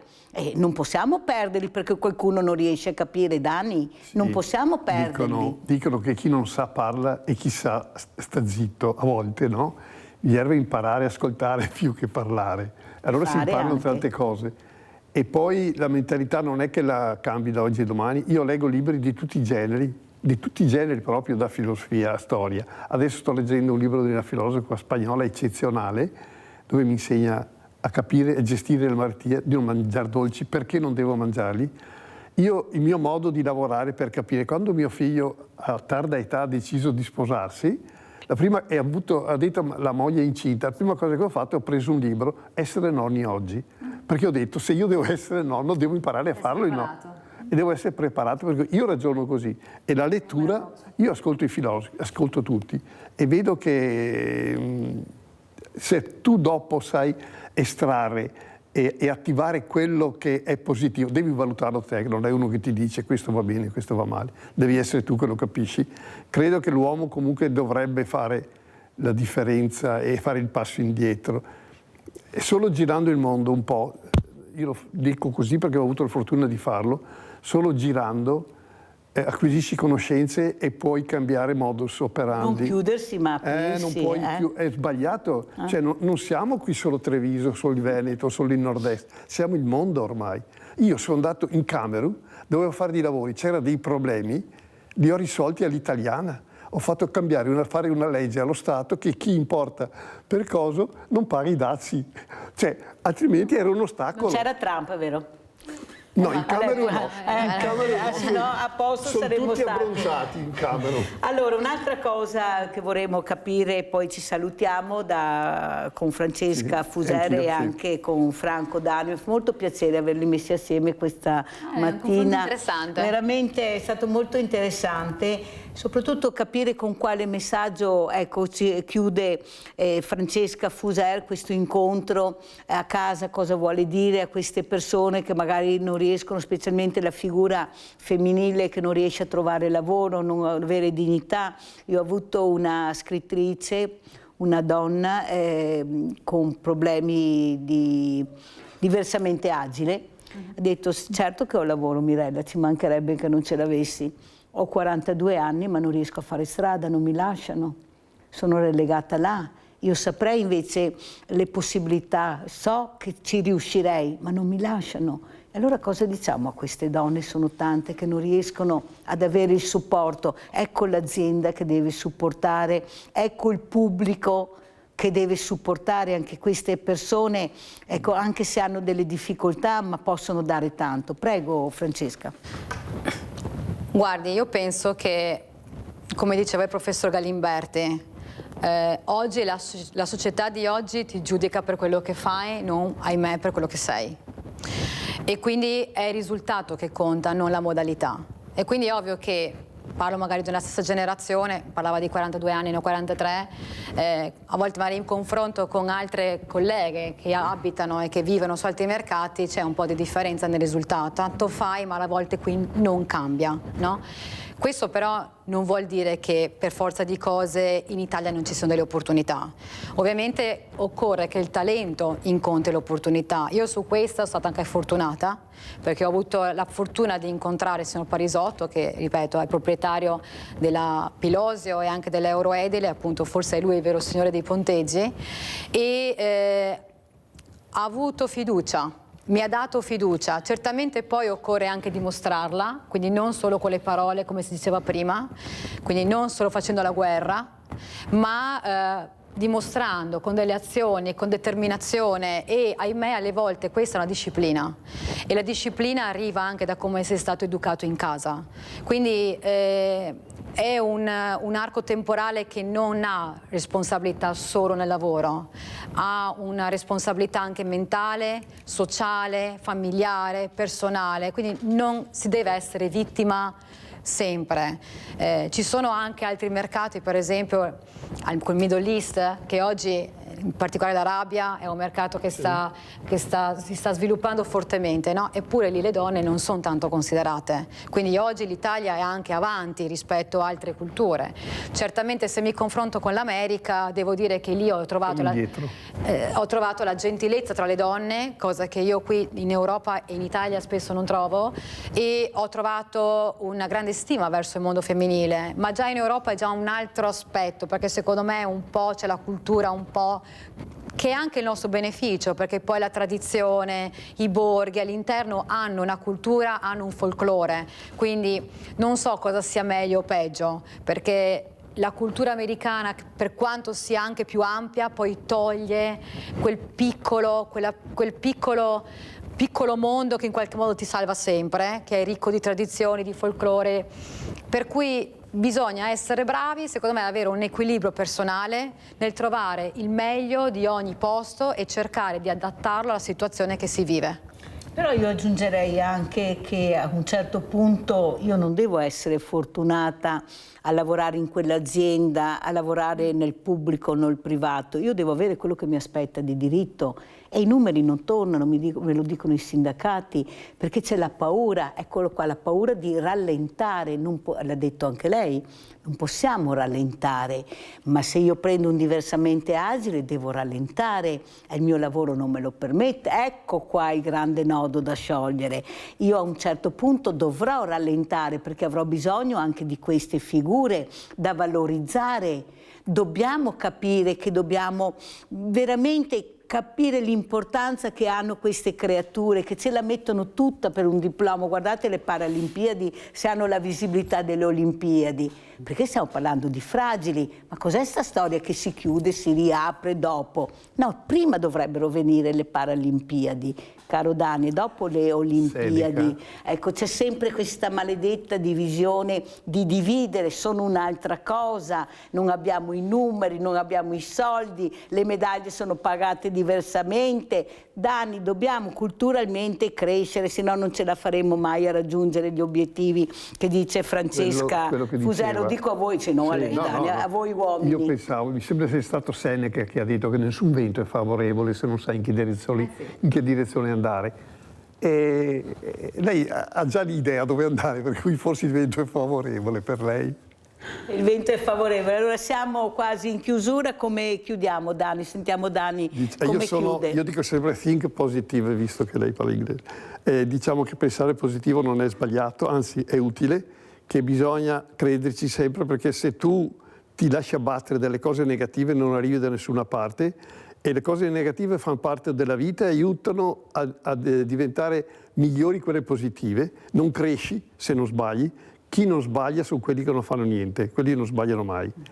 Senta Dani, prossima settimana, domenica prossima, sarà la festa della donna. Ecco, io parto in anticipo perché quel giorno parla tutti, invece parlo prima e parlo dopo. Okay. Allora, gli uomini che la stanno ascoltando, a quelli che ancora non hanno capito bene, ecco, Franco Dani, cosa vuole dire? Guardi la telecamera, Io dico, impara a rispettare gli altri, impara a non giudicare, impara a metterci sullo stesso piano, impara che quello che fa, se è una donna, guarda le cose positive che fa, sono superiori alle tue.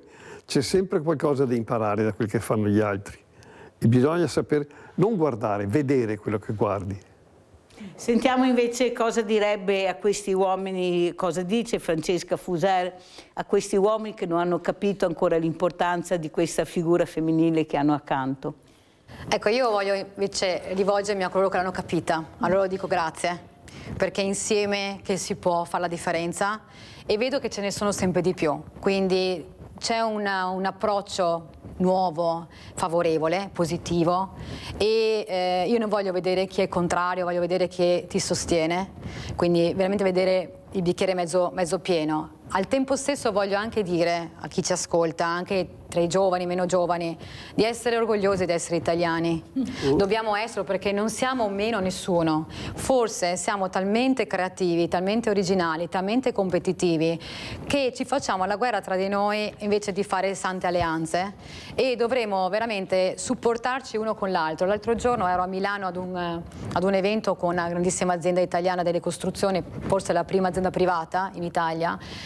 Stiamo organizzando come Pilosi un evento a Piacenza, Logic, appunto la giornata italiana del calcestruzzo. Abbiamo chiesto durante questo panel la presenza di questo direttore di questa grande azienda. Ha accettato perché siamo italiani.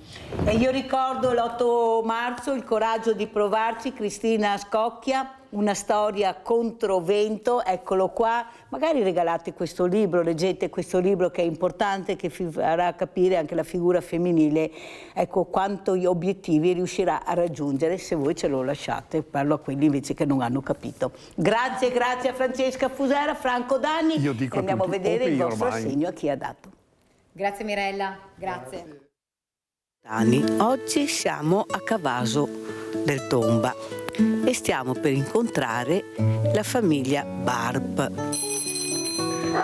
Chi ci apre? Antonio. Ciao Antonio. Ciao Dora. Tutto a posto? Grazie, tutto bene. Oh, meno male. Eccoci qua. Allora, siamo a casa della famiglia Barb, di Antonio e di Dora. Voi conoscete questa famiglia perché noi l'abbiamo già aiutata. Il problema è che non c'è ancora un lavoro fisso né da parte del papà né da parte della mamma, con 4 ragazzi. Alessandro. Quanti anni? 15. Poi c'è Fabian. Poi c'è Nicola, purtroppo quello che abbiamo detto a letto è male. Quanti anni? 11 anni. Va coi pattini ogni tanto, è andato per terra. Sì. E questo è il più piccolo, Enrico. Enrico. E tu Enrico cosa vuoi dire? Ciao a tutti. Ciao a tutti, come va? Benissimo. E a scuola? Benissimo.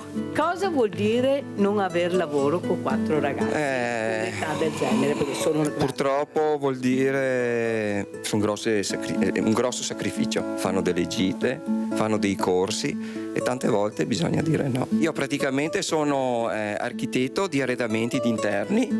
Parlo insomma 3 lingue benissimo, parlo il tedesco forse meglio dell'italiano, il francese mica me la cavo benissimo perché è come seconda lingua, e anche l'inglese dai. Uno mi ha detto guarda è meglio che cambi il curriculum che fai il curriculum praticamente che hai studiato meno, perché tante persone pensano che per un lavoro un po' diciamo semplice sei troppo qualificato. Finché loro studiano io sono sempre contenta finché sono io contenta loro studiano perché hanno fiducia in mamma o in papà uguale, no? Io non so, provvidenza da Dio, io non capisco. Senza lavoro quasi 4 anni e nessuno ci può neanche aiutare né comune né nessuno. Ma non ci può o non vogliono aiutare? Non vogliono o magari la nascondono un pochettino o girano insomma le cose, perché anche per via di nostri politici, qualcuno insomma che ha sto potere. Io penso che chi deve sostenere una famiglia deve avere veramente un sostegno adeguato. Allora ragazzi, andiamo a prendere la borsa come l'altra volta, dai.